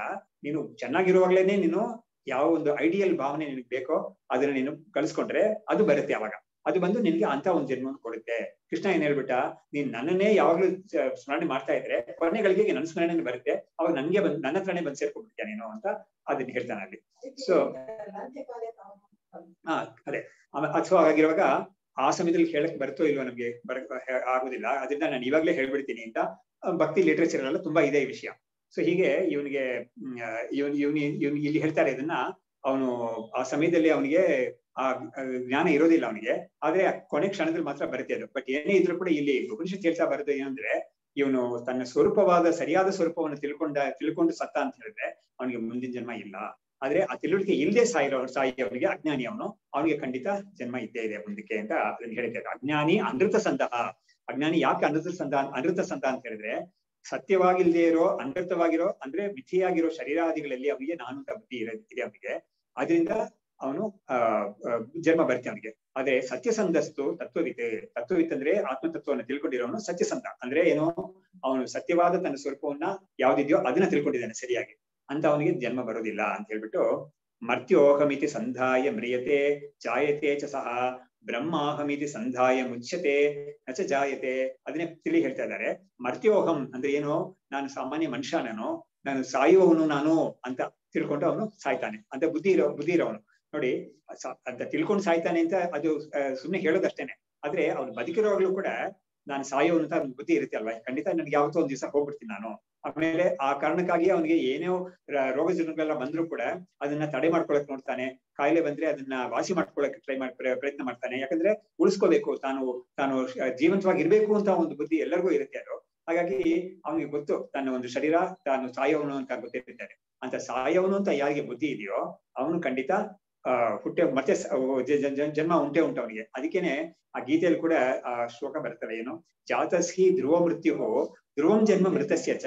ಹಾಗಾಗಿ ನೋಡಿ, ಅದಕ್ಕೇನೆ ಜ್ಞಾನಿ ಸತ್ರೆ ಅವ್ನು ಸತ್ತ ಅಂತ ಹೇಳೋದಿಲ್ಲ, ಭ್ರಮೀಭೂತರಾದ್ರು ಅಂತ ಹೇಳ್ತಾರೆ. ಆದ್ರೆ ಇವನು ಅವ್ನು ಯಾವ ಲೋಕಕ್ಕೆ ಹೋಗಿದ್ದಾನಪ್ಪ ಅಂತ ಹೇಳ್ತಾರೆ. ಹಾಗಾಗಿ ಏನೋ ಒಂದು ಒಳ್ಳೆ ಗತಿ ಸಿಕ್ಲಿ ಅವನಿಗೆ ಅಂತ ಇದ್ ಮಾಡ್ಕೊಳ್ತಾರೆ. ಹಾಗಾಗಿ ಇವನಿಗೆ ಜನ್ಮ ಅನ್ನೋದು ಇಲ್ವೇ ಇಲ್ಲ. ಯಾಕಂದ್ರೆ ಅವನು ನಾನು ಮರ್ತ್ಯ ಅಂದ್ರೆ ನಾನು ಸಾಯೋನು ಅಂತ ಬುದ್ಧಿನೇ ಇಲ್ಲ ಅವನಿಗೆ. ನಾನು ಯಾವತ್ತೂ ಕೂಡ ಹುಟ್ಟೇ ಇಲ್ಲ ಅಂತ ಬುದ್ಧಿ ಅವ್ನಿಗೆ ಬಂದ್ಬಿಟ್ಟಿದೆ. ನನ್ಗೆ ಯಾವತ್ತೂ ಕೂಡ ಹುಟ್ಟಿಲ್ಲ, ನಾನು ಯಾವತ್ತೂ ಕೂಡ ಜನ್ಮ ಇಲ್ವೇ ಇಲ್ಲ ನನಗೆ, ನಾನು ಯಾವತ್ತೂ ಬ್ರಹ್ಮಸ್ವರೂಪವಾಗಿ ಇದ್ದಿದ್ದೀನಿ ಅಂತ ಒಂದು ಬುದ್ಧಿ ಇರೋದ್ರಿಂದ ಅವನಿಗೆ ಮಾತ್ರ ಇದು ಬರೋದೇ ಇಲ್ಲ. ಇವನಿಗೆ ಮರ್ತ್ಯೋಹಮಿತಿ ಸಂಧಾಯ ಮ್ರಿಯತೆ ಜಾಯತೆ ಸಹ, ಅವನು ಸಾಯ್ತಾನೆ, ಖಂಡಿತ ಹುಟ್ಟೆ ಹೋಗ್ತಾನೆ. ಬ್ರಹ್ಮಾಹಮಿತಿ ಸಂಧಾಯ ಮುಚ್ಯತೆ ನಸು ಜಾಯತೆ. ಹಾಗಾಗಿ ಇವನಿಗೆ ಬ್ರಹ್ಮಾಹಂ ಅಂತ ಬುದ್ಧಿ ಇರೋದ್ರಿಂದ ಅವನಿಗೆ ಮುಕ್ತಿ ಅವನಿಗೆ ಸಾಯೋದಿಲ್ಲ, ಅವನಿಗೆ ವಿದೇಹ ಮುಕ್ತಿ ಅಂತ ಬಂದ್ಬಿಡುತ್ತೆ. ಆ ಸಮಯದಲ್ಲೇನೆ ಅವನಿಗೆ ಸಾಯು ಮತ್ತೆ ಹುಟ್ಟೋದು ಅನ್ನೋದು ಇಲ್ವೇ ಇಲ್ಲ ಅವನಿಗೆ ಅಂತ ಇದನ್ನ ತೀರ್ಮಾನವಾಗಿ ಹೇಳ್ಬಿಟ್ರು. ಬುದ್ಧಿ ದೋಷಂ ಸಮಾಧಾತುಂ ದೃಷ್ಟಾಂತಹ ತೈಸ್ತವಾತ್ರ ಕಿಂ ತ್ವಂ ಸತೇವ ಇತಿ ಅಭಿಪ್ರೇತ್ಯ ನವಕೃತ್ವ ಉಪಾದಿಶತೆ. ಇವಾಗ ಕನ್ಕ್ಲೂಡ್ ಮಾಡ್ತಾ ಇದ್ದಾರೆ. ಇವಾಗ ಶ್ವೇತಕೇಶವರಿಗೆ ಕೂಡ ಈ ತರ 9 ಸತಿ ಯಾತಕ್ಕೆ ಹೇಳ್ಬೇಕಾಗಿತ್ತು, ಒಂದ್ಸತಿನೇ ಹೇಳಿದ್ರೆ ಸಾಕಾಗ್ತಾ ಇತ್ತು. 9 ಸತಿ ಇನ್ನೂ 8 ಸತಿ ಯಾತಕ್ಕೆ ಎಕ್ಸ್ಟ್ರಾ ಹೇಳ್ತು ಅಂತ ಕೇಳಿದ್ರೆ, ಅವನಿಗೆ ಆ ಮೊದಲ ಸತಿ ಕೇಳಿದಾಗ್ಲೇ ಅವನಿಗೆ ಈ ವಿವೇಕ ಎಲ್ಲ ಚೆನ್ನಾಗಿ ಮಾಡ್ಬಿಟ್ರು ಅವರು. ಅಂದ್ರೆ ಆತ್ಮ ಅಂದ್ರೆ ಯಾವುದು, ಅಂದ್ರೆ ಬ್ರಹ್ಮ ಸತ್ ಅಂದ್ರೆ ಯಾವುದು, ಅಸತ್ ಅಂದ್ರೆ ಯಾವುದು, ಪಂಚಭೂತಗಳಂತ ಬಂದಿರೋದು, ಪಂಚಭೂತಗಳಿಂದಾನೇ ಭೌತಿಕ ಪ್ರಪಂಚ ಉಂಟಾಗಿರೋದು, ಅದ್ರಲ್ಲೇನೆ ನಿನ್ನ ಬಾಡಿ ಮೈಂಡ್ ಕಾಂಪ್ಲೆಕ್ಸ್ ಅಂತ ಹೇಳ್ತೀವಲ್ಲ, ಅದು ಕೂಡ ಅದ್ರಲ್ಲೇ ಸೇರಿರೋದು. ಇಷ್ಟೆಲ್ಲ ಚೆನ್ನಾಗಿ ಹೇಳ್ಬಿಟ್ರು. ಅವಾಗ್ಲೇ ಕೂಡ ಅವನಿಗೆ ಚೆನ್ನಾಗಿರೋ ಒಂದು ತೀರ್ಮಾನ ಬಂದ್ಬಿಡ್ತು ಅವನಿಗೆ. ಆದ್ರೆ ಕೆಲವು ಸಂಶಯಗಳು ಉಳ್ಕೊಂಡಿತ್ತು. ಆದ್ರಿಂದ ಅವ್ನು ಏನ್ ಮಾಡ್ದ, ಮತ್ತೆ ಪ್ರಶ್ನೆ ಕೇಳ್ದ, ಸಂಶಯಗಳಿಗೆಲ್ಲ ಉತ್ತರ ಕೊಟ್ಟು ಇವ್ ಏನ್ ಮಾಡಿದ್ರು, 9 ಸತಿ ಇದೆಲ್ಲ ಹೇಳಿ ತೀರ್ಮಾನವಾಗಿ ಮಾಡ್ಬಿಟ್ರು. ಹಾಗಾಗಿ ಇವಾಗ ಈ ಶ್ಲೋಕದಲ್ಲಿ ಇವ್ರು ಏನ್ ಕೇಳ್ತಾ ಇದ್ದಾರೆ, ಬಾಕಿ ಯಾರಿಗಾದ್ರೂ ಒಂದ್ ವೇಳೆ ಆ ಸಂಶಯಗಳೇ ಬರ್ದೇ ಹೋದ್ರೆ ಅವನಿಗೆ ಒಂದೇ ಸಾಕಾಗ್ತಾ ಇತ್ತು. ಆದ್ರೆ ಸಂಶಯಗಳಿದ್ರೆ ಖಂಡಿತ ಇದೆಲ್ಲ ಉಪಯೋಗಿಸ್ಕೊ ನೀನು. ಇವಾಗ ಹೇಳಿದ್ರಲ್ಲ ಎಷ್ಟೋ ಸತಿ, ಒಂದೊಂದ್ ಸತಿನೂ ಒಂದೊಂದು ಉದಾಹರಣೆ ಕೊಟ್ಟು ಹೇಳಿದ್ರಲ್ಲ, ಅದೆಲ್ಲ ನೀನು ಚೆನ್ನಾಗಿ ಅನುಸಂಧಾನ ಮಾಡಿ ನೀನು ಸಂಶಯಗಳೆಲ್ಲ ಹೋಗ್ಲಾಡ್ಸ್ಕೊಂಡು ಆ ತೀರ್ಮಾನವಾದ ಜ್ಞಾನದಲ್ಲಿ ನಿಂತು ಬಿಡು ಅಂತ ಒಂದು ಉಪದೇಶಕ್ಕಾಗಿ ಇದನ್ನ ಹೇಳಿದ್ರು ಅವರು. ಬುದ್ಧಿ ದೋಷಂ ಸಮಾಧಾತು ದೃಷ್ಟಾಂತಹ ತೈಸ್ತವಾತ್ರ ಕಿಂ ತ್ವಂ ಸದೇವ ಇತಿ ಅಭಿಪ್ರೇತ್ಯ ನವಕೃತ್ವ ಉಪಾದಿಶತೆ. ನಿನಗೆ ಬುದ್ಧಿ ದೋಷದಿಂದ ನಿನಗೆ ಸಂಶಯಗಳೆಲ್ಲ ಬರ್ತಾ ಇದೆ, ಆದ್ರೂ ಕೂಡ ನೀನು ಬ್ರಹ್ಮಸ್ವರೂಪವೇ ಅಂತ ನಾನು ಮತ್ತೆ ಒತ್ತಿ ಹೇಳ್ತಾ ಇದ್ದೀನಿ ನಿನಗೆ. ಅದನ್ನ ಇಟ್ಕೊಂಡು ನೀನು ಆ ಬುದ್ಧಿಯನ್ನು ಗಟ್ಟಿಯಾಗಿ ಮಾಡ್ಕೊಂಡ್ಬಿಡು ಸಾಕು ಅಂತ ಉಪದೇಶ ಮಾಡಿದ್ರು ಅವರು. ಇವಾಗ ಮುಂದಕ್ಕೆ ಹೇಳ್ತಾ ಇದ್ದಾರೆ, ಕೊನೆ ಬಂದ್ಬಿಡ್ತು ಇವಾಗ. ಭಿನ್ನ ಗ್ರಂಥಿ ಶ್ವೇತಕೇತು ಮನನಾತ್ ಚಿನ್ನ ಸಂಶಯ ಸದದ್ವೈತಂ ಸ್ವಂ ಆತ್ಮಾನಂ ವಿಶೇಷೇಣ ಅವಬುದ್ಧವಾನ್. ಇವಾಗ ಒಂದು ಇವರು ಹಾಕಿರೋ ಶ್ಲೋಕಗಳು ನೋಡಿದ್ರೆ ನಮ್ಗೆ ಒಂದು ಇದು ಜ್ಞಾಪಕ ಬರುತ್ತೆ. ಯಾವುದು, ವಿದ್ಯತೆ ಹೃದಯ ಗ್ರಂಥಿ ಚಿತ್ಯಂತೆ ಸರ್ವ ಸಂಶಯ ಕ್ಷೀಯಂತೆ ಚಾಸ್ಯ ಕರ್ಮಾಣಿ ತಸ್ಮಿನ್ ದೃಷ್ಟೇ ತವ ಇದು ಪರಾವರೆ ಅಂತ ಮುಂಡಕೋಪನಿಷತ್ತಲ್ಲಿ ಇದೆ. ಅದು ಅಲ್ಲಿ ನಮ್ಗೆ ಆ ಉಪನಿಷತ್ ನೋಡಿದಾಗ ನಮ್ಗೆ ಏನ್ ಬರುತ್ತೆ ಅಂದ್ರೆ ನಮ್ಗೆ ಯಾವ ಭಾವನೆ ಬರುತ್ತೆ ಅಂದ್ರೆ ಯಾವನಿಗೆ ಮುಂಡಕೋಪನಿಷತ್ತು ಯಾವೊಬ್ಬ ಈ ಪ್ರಪಂಚಕ್ಕೆಲ್ಲ ಕಾರಣಭೂತವಾಗಿರೋ ಮೂಲ ಕಾರಣವಾಗಿರೋ ಬ್ರಹ್ಮವನ್ನ ಯಾರು ತಾನು ಅಂತ ತಿಳ್ಕೊಂಡ್ಬಿಡ್ತಾನೋ ಅದೇ ದರ್ಶನ, ಬ್ರಹ್ಮ ದರ್ಶನ ಅಂದ್ರೆ ಆತ್ಮದರ್ಶನ ಅನ್ನೋದು. ತಸ್ಮಿನ್ ದೃಷ್ಟೇ ಪರಾವರೆ ಅಂತ. ಪರಾವರೆ ಅಂದ್ರೆ ಅದೇ ಪರವಾಗೂ ಅದೇ ಅಪರವಾಗೂ ಇರೋದು. ಒಂದೇ ಬ್ರಹ್ಮವೇ ಪ್ರಪಂಚದಲ್ಲಿ ಪರ ಮತ್ತು ಅಪರವಾಗಿ ಎರಡು ಕೂಡ ಅದೇ ಇರೋದು ಅಂತ. ನೋಡಿ, ಯಾವ್ದು ಪರ ಯಾವ್ದು ಅಪರ ಅಂತ ಹೇಳಿದ್ರೆ ನಾವು ಇದಕ್ಕೆ ಯಾವ ತರ ಹೇಳ್ಬೋದು ಅಂದ್ರೆ ಈ ಪ್ರಪಂಚ ಅಂತ ಸೃಷ್ಟಿ ಆಗುತ್ತಲ್ಲ, ಅದು ಆ ಸೃಷ್ಟಿ ಆಗೋದ್ರಲ್ಲಿ ಒಂದು ಆ ಮೂಲ ಪ್ರಕೃತಿಯಿಂದ ಸ್ಟಾರ್ಟ್ ಆಗಿ ಅದಕ್ಕೆ ಪರಾ ಪ್ರಕೃತಿ ಅಂತ ಹೇಳ್ಬೋದು ಮೂಲ ಪ್ರಕೃತಿಗೆ. ಅಪರಾ ಪ್ರಕೃತಿ ಅಂತ ಹೇಳಿದ್ರೆ ಏನು, ಅದರಿಂದ ಮುಂದಕ್ಕೆ ಬರುತ್ತಲ್ಲ ಈ ಇದು ಮಹತ್, ಅಹಂಕಾರ, ಪಂಚಭೂತಗಳು ಇದೆಲ್ಲ ಆಗಿ ಬರುತ್ತೆ ಅಂತ. ಸೊ ಇವೆರಡೂ ಕೂಡ ಆಗಿರೋದು ಈ ಬ್ರಹ್ಮವೇ ಅಂತ. ಹಾಗಾಗಿ ಅಂದ್ರೆ ಈ ಬ್ರಹ್ಮವೇ ಆ ಎರಡಾಗಿ ಕಾಣಿಸ್ಕೊಳ್ತಾ ಇರೋದು. ಅಂದ್ರೆ ಈ ಪ್ರಪಂಚ ಇಲ್ಲ ಸಗುಣ ಬ್ರಹ್ಮ ಆಗೋದಿಲ್ಲ. ಇದು ಈ ಪ್ರಪಂಚದಲ್ಲಿ ಏನೇನಿದೆಯೋ ಅದೆಲ್ಲೂ ಕೂಡ ಬ್ರಹ್ಮವೇ ಅಂತ ಒಂದು ಬುದ್ಧಿ. ಹಾಗಾಗಿ ಈ ಪರ ಅಪರ ಎರಡಾಗೂ ಕೂಡ ಇರೋದು ಬ್ರಹ್ಮವೇ. ಆಮೇಲೆ ಪರಬ್ರಹ್ಮ ಅಪರಬ್ರಹ್ಮ ಆದ್ರೂ ಅರ್ಥ ಮಾಡ್ಬೋದು. ಪರಬ್ರಹ್ಮ ಅಪರಬ್ರಹ್ಮ ಅಂತ ನಮ್ಗೆ ಎರಡಿದೆಯಲ್ಲ, ಅಪರಬ್ರಹ್ಮ ಅಂದ್ರೆ ಸಗುಣ ಬ್ರಹ್ಮ ಅಂತ. ಸೊ ಪರಬ್ರಹ್ಮ ಅಂತ ಅಪರಬ್ರಹ್ಮ ಎರಡು ಬುದ್ಧಿನೂ ಇವನಿಗಿರುತ್ತೆ, ಎರಡು ಕೂಡ ತಿಳ್ಕೊಂಡಿರ್ತಾನೆ ಏನು ಅಂತ. ನೋಡಿ, ಸಗುಣ ಬ್ರಹ್ಮ ಮಾತ್ರ ತಿಳ್ಕೊಂಡಿರೋನು ಪರಬ್ರಹ್ಮನ ತಿಳ್ಕೊಳ್ದೇ ಇರೋನಿಗೇನೆ ಇದು ಸಗುಣ ಬ್ರಹ್ಮ ಕ್ರಮ ಮುಕ್ತಿ ಅಂತ ಬರುತ್ತೆ. ದೇವಲೋಕಿಗೆ ಇದಕ್ಕೆ ಬ್ರಹ್ಮಲೋಕಕ್ಕೆ ಹೋಗ್ತಾನೆ, ಅಲ್ಲಿಂದ ಮುಕ್ತಿ ಬರುತ್ತೆ. ಬಟ್ ಯಾರು ಪರಬ್ರಹ್ಮವನ್ನ ತಿಳ್ಕೊಂಡ್ಬಿಡ್ತಾನೋ ಅವ್ನಿಗೆ ಏನಾಗುತ್ತೆ ಅಂದ್ರೆ ಆ ತಿಳುವಳಿಕೆಯಲ್ಲಿ ಈ ಅಪರಬ್ರಹ್ಮದ್ದು ಕೂಡ ಸೇರ್ಕೊಂಡ್ಬಿಡುತ್ತೆ ಅದರಲ್ಲಿ. ಇಟ್ ಇಸ್ ಸಬ್ಸ್ಯೂಮ್ಡ್ ಅಂತ ಹೇಳ್ತಾರಲ್ಲ, ಆ ದೊಡ್ಡದನ್ನ ತಿಳ್ಕೊಂಡ್ರೆ ಸಣ್ಣದು ಅದ್ರಲ್ಲಿ ಸೇರ್ಕೊಂಡ್ಬಿಡುತ್ತೆ. ಆದ್ರೆ ಸಣ್ಣದ್ ಮಾತ್ರ ತಿಳ್ಕೊಂಡ್ರೆ ದೊಡ್ಡದು ಅದ್ರಲ್ಲಿ ಸೇರ್ಕೊಂಡಿದೆ ಅಂತ ಹೇಳಕ್ ಬರೋದಿಲ್ಲ. ಆದ್ರೆ ದೊಡ್ಡದನ್ನ ತಿಳ್ಕೊಂಡ್ಬಿಟ್ರೆ ಸಣ್ಣದು ಅದ್ರಲ್ಲಿ ಸೇರ್ಕೊಂಡ್ಬಿಡುತ್ತೆ. ಹಾಗಾಗಿ ಆ ಪರ ಅಪರ ಎರಡನ್ನೂ ಯಾರು ದರ್ಶನ ಮಾಡ್ತಾರೆ, ಅಪರೋಕ್ಷ ತಿಳ್ಕೊಂಡಿದ್ದಾನೋ ಅವನಿಗೆ ಹೃದಯ ಗ್ರಂಥಿ ಅಂದ್ರೆ ಏನು, ಈ ಆತ್ಮ ಅನಾತ್ಮ ಅಂತ ಯಾವ್ದೊಂದು ಗ್ರಂಥಿ ಇದೆಯೋ ಆ ಗ್ರಂಥಿ ಅಂದ್ರೆ ಅವಿದ್ಯೆಯಿಂದ ಅನಾತ್ಮನ ಜೊತೆಗೆ ನಾನು ಅಂತ ಒಂದು ಬುದ್ಧಿ ಬಂದಿರೋದು. ಆದ್ರೆ ನಾನು ಅನ್ನೋದು ಹೋಗ್ಲೂ ಇಲ್ಲ. ನೋಡಿ, ನಾನು ಅಂತ ಶುದ್ಧವಾದ ನಾನು ಅಂತ ಅದು ಪೂರ್ತಿ ಹೋಗ್ಲಿಲ್ಲ. ಆದ್ರೆ ಅದು ಮಲಿನ ಹೋಗ್ಬಿಟ್ಟಿದೆ, ಅದು ಕಲುಷಿತವಾಗಿ ಹೋಗ್ಬಿಟ್ಟಿದೆ ಈ ಅನಾತ್ಮದ ಒಂದು ಸಂಪರ್ಕದಿಂದ. ಈ ತರ ಒಂದು ಕಲಬೆರಕೆ ಆಗಿದೆಯಲ್ಲ, ಅಂತ ಒಂದು ಸ್ಥಿತಿಗೆನೆ ಗ್ರಂಥಿ ಅಂತ ಹೇಳೋದು. ಗ್ರಂಥಿ ಅಂದ್ರೆ ಗಂಟು ಅಂತ ಅರ್ಥ ಆಕ್ಚುಲಿ. ಗಂಟನ್ನ ಖಂಡಿತ ಬಿಡಿಸ್ಲೇಬೇಕಾಗುತ್ತೆ. ಸೊ ಈ ಆತ್ಮ ದರ್ಶನ ಅಥವಾ ಪರಬ್ರಹ್ಮ ದರ್ಶನ, ಪರಬ್ರಹ್ಮದ ಜ್ಞಾನ ಅಂತ ಬಂದಾಗ ಅವನಿಗೆ ಈ ಗ್ರಂಥಿ ಅನ್ನೋದು, ಈ ಗಂಟು ಅನ್ನೋದು ಬಿಚ್ಕೊಂಡ್ಬಿಡುತ್ತೆ ಅಂತ. ಅವಾಗ ಏನಾಯ್ತು, ಆತ್ಮ ಅನ್ನೋದು ಬೇರೆ, ಅನಾತ್ಮ ಅನ್ನೋದು ಬೇರೆ ಅಂತ ಅವನು ತಿಳ್ಕೊಂಡ್ಬಿಡ್ತಾನೆ ಚೆನ್ನಾಗಿ. ಅವಾಗ ಅನಾತ್ಮ ಅನ್ನೋದ್ರಲ್ಲಿ ನಾನು ಅಲ್ವೇ ಇಲ್ಲ, ಆತ್ಮ ಮಾತ್ರ ನಾನು ಅಂತ ಅವನಿಗೆ ಬುದ್ಧಿ ಬರುತ್ತೆ. 13ನೇ ಅಧ್ಯಾಯ ಗೀತೆ ಎಲ್ಲ ಹೇಳಕ್ಕೆ ಇದೆ ಬಂದಿರೋದು. ಕ್ಷೇತ್ರಜ್ಞ ಅಂತ ಹೇಳಿ ಅದು ಕೂಡ ಇದಕ್ಕೆ ಬಂದಿರೋದು. ಸೊ ವಿದ್ಯತೆ ಹೃದಯ ಗ್ರಂಥಿ ಛಿದ್ಯಂತೆ ಸರ್ವ ಸಂಶಯ, ಎಲ್ಲಾ ಸಂಶಯಗಳು ಅವನಿಗೆ ನಾಶವಾಗೋಗ್ಬಿಟ್ಟಿದೆ. ಅದು ಏನ್ ಸಂಶಯ ನಾಶವಾಗುತ್ತೆ ಅಂತ ಕೇಳಿದ್ರೆ, ಈ ತನ್ನ ಒಂದು ವಿಷಯಕ್ಕೆ ನೋಡಿ, ಆ ಹೊರಗಡೆ ಇರೋ ಮರ ಮುಂದಿನ ವರ್ಷ ಅದು ಫಲ ಕೊಡುತ್ತೋ ಇಲ್ವೋ ಅಂತ ಸಂಶಯ ಅಲ್ಲ ಇದೆಲ್ಲ. ಇಲ್ಲಿ ಆಗಿರೋ ಸಂಶಯ ಏನಂದ್ರೆ it is connected to the one's own self ಅಂತ, ತನ್ನ ಸ್ವರೂಪಕ್ಕೆ. ಸತ್ ಮೇಲೆ ಏನಕ್ಕೂ ಎಲ್ಲಿ ಹೋಗ್ತೀವೋ ನಾವು, ಯಾವ ಜನ್ಮ ಸಿಗುತ್ತೋ ನಮ್ಗೆ, ನಾವು ಮುಂಚೆ ಏನಾಗಿದ್ವಿ ನಾವು, ಇಂಥದ್ದೆಲ್ಲ ಇರುತ್ತಲ್ಲ, ಇಂಥ ಒಂದು ಸಂಶಯಗಳೆಲ್ಲ ಅವನಿಗೆ ಆಗುತ್ತೆ ಅಂತ.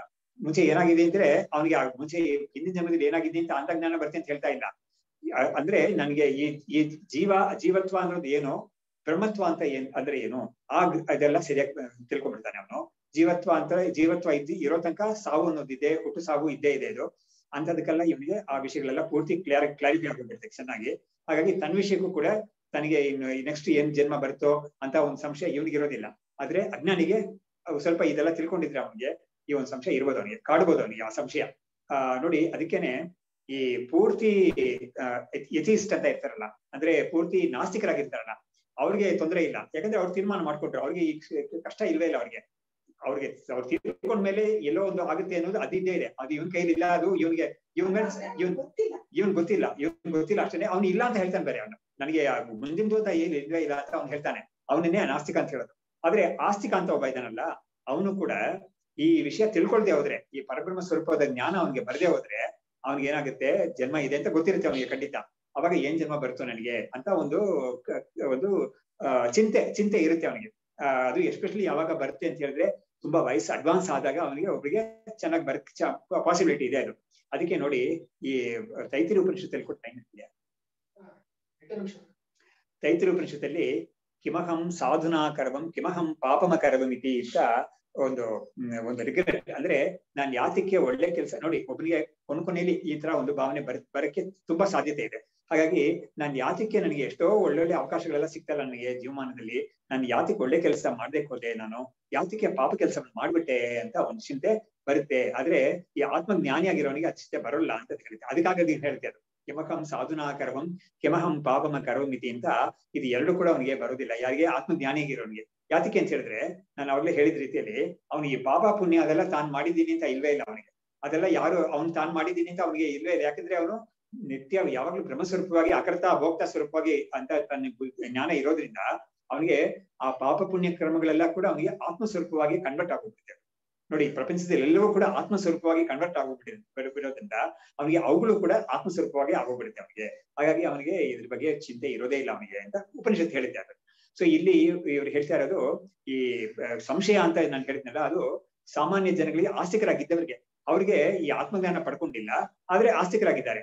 ಸರಿ, ನನಗೆ ಮುಂದಿನ ಜನ್ಮ ಏನಾದ್ರೂ ಆಗ್ಲಿ, ಭಗವಂತ ಏನ್ ಕೊಡ್ತಾನೋ ಕೊಡ್ಲಿ ಅಂತ ಈ ತರ ಒಂದಿರುತ್ತಲ್ಲ, ಅಲ್ಲಿ ಒಂದು ಚಿಂತೆ ಪಾಸಿಬಿಲಿಟಿ ಇದೆ ಅದು. ಆದ್ರೆ ಇವನಿಗೆ ಆ ಸಂಶಯ ಇರೋದೇ ಇಲ್ಲ. ಯಾಕಂದ್ರೆ ಜನ್ಮನೇ ಇಲ್ಲ ನನಗೆ ಅಂತ ಅವ್ನಿಗೆ ತೀರ್ಮಾನ ಇರೋದ್ರಿಂದ ಅಂತ ಒಂದು ಸಂಶಯಗಳೆಲ್ಲ ಅವ್ನಿಗೆ ಇರೋದೇ ಇಲ್ಲ. ಸರಿ, ನನಗೆ ಇನ್ನು ಎಷ್ಟೊಂದು ಕರ್ಮ ರಾಶಿ ಏನಿದೆಯೋ ಅಂತದೆಲ್ಲ ಕೂಡ ಅವನಿಗೆ ಪ್ರಶ್ನೆ ಇಲ್ಲ. ಯಾಕಂದ್ರೆ ಅದೆಲ್ಲ ಯಾವ್ದು ಇಲ್ವೇ ಇಲ್ಲ ಅಂತ ತೀರ್ಮಾನ ಮಾಡ್ಕೊಂಡಿದ್ದಾನೆ. ಹಾಗಾಗಿ ಚಿದ್ಯಂತೆ ಸರ್ವ ಸಂಶಯ ಕ್ಷೀಯಂತೆ ಚಾಸ್ಯ ಕರ್ಮಾಣಿ, ಅವನಿಗೆ ಎಲ್ಲಾ ಕರ್ಮಗಳು ಕೂಡ ಕ್ಷಯವಾಗುತ್ತೆ, ಅದೇ ಮುಖ್ಯ. ಹಾಗಾಗಿ ಕರ್ಮಗಳೆಲ್ಲ ಕೂಡ ಕ್ಷಯ ಅಂದ್ರೆ ಏನರ್ಥ? ಅವುಗಳಿಗೆಲ್ಲ ಇದು ಮುಂದೆ ಜನ್ಮವನ್ನು ಕೊಡೋ ಸಾಮರ್ಥ್ಯ ಇಲ್ಲದೆ ಹೋಗ್ಬಿಡುತ್ತೆ ಅದಕ್ಕೆ. ಇಂಥ ಒಂದು ಈ ಆತ್ಮಜ್ಞಾನ ಪಡ್ಕೊಂಡಾಗೆ ತಸ್ಮಿನ್ ದೃಷ್ಟೇ ಪರಾವರೆ ಅಂತ ಉಪನಿಷತ್ ಇರೋದು. ಇವ್ರು ಏನ್ ಮಾಡಿದ್ದಾರೆ, ನಮ್ಮ ವಿದ್ಯಾರಣ್ಯರು ಆ ಉಪನಿಷತ್ ಮಂತ್ರವನ್ನ ಸ್ವಲ್ಪ ಅವರು ಡಿಫ್ರೆಂಟ್ ಆಗಿ ಇಂಟರ್ಪ್ರೇಟ್ ಮಾಡಿದ್ದಾರೆ. ಏನ್ ಮಾಡಿದ್ದಾರೆ ಅಂದ್ರೆ, ಈ ಹೃದಯ ಗ್ರಂಥಿ ಬೇಧಿಸ್ಕೊಳ್ಳೋದು ಅಂತ ಇದೆಯಲ್ಲ, ಅದನ್ನ ಮೊದಲು ಹೇಳ್ಬಿಟ್ರು. ಇವನಿಗೆ ಈ ತತ್ವಜ್ಞಾನ, ಇವ್ ತತ್ವ ಉಪದೇಶ ಇವರು ಉಪನಿಷತ್ ತಂದೆ ಹೇಳ್ತಾ ಹೇಳ್ತಾ ಹೇಳ್ತಾ ಇವನಿಗೆ ಆ ಒಂದು ಹೃದಯ ಗ್ರಂಥಿ ಹೊಟ್ಟೋಯ್ತು ಅವನಿಗೆ. ತಾನು ಆತ್ಮಸ್ವರೂಪ, ತಾನು ಇದು ಅನಾತ್ಮ ಸ್ವರೂಪ, ಇದು ತಾನು ಆತ್ಮಸ್ವರೂಪ ಅಂತ ಬಂದ್ಬಿಡ್ತದು.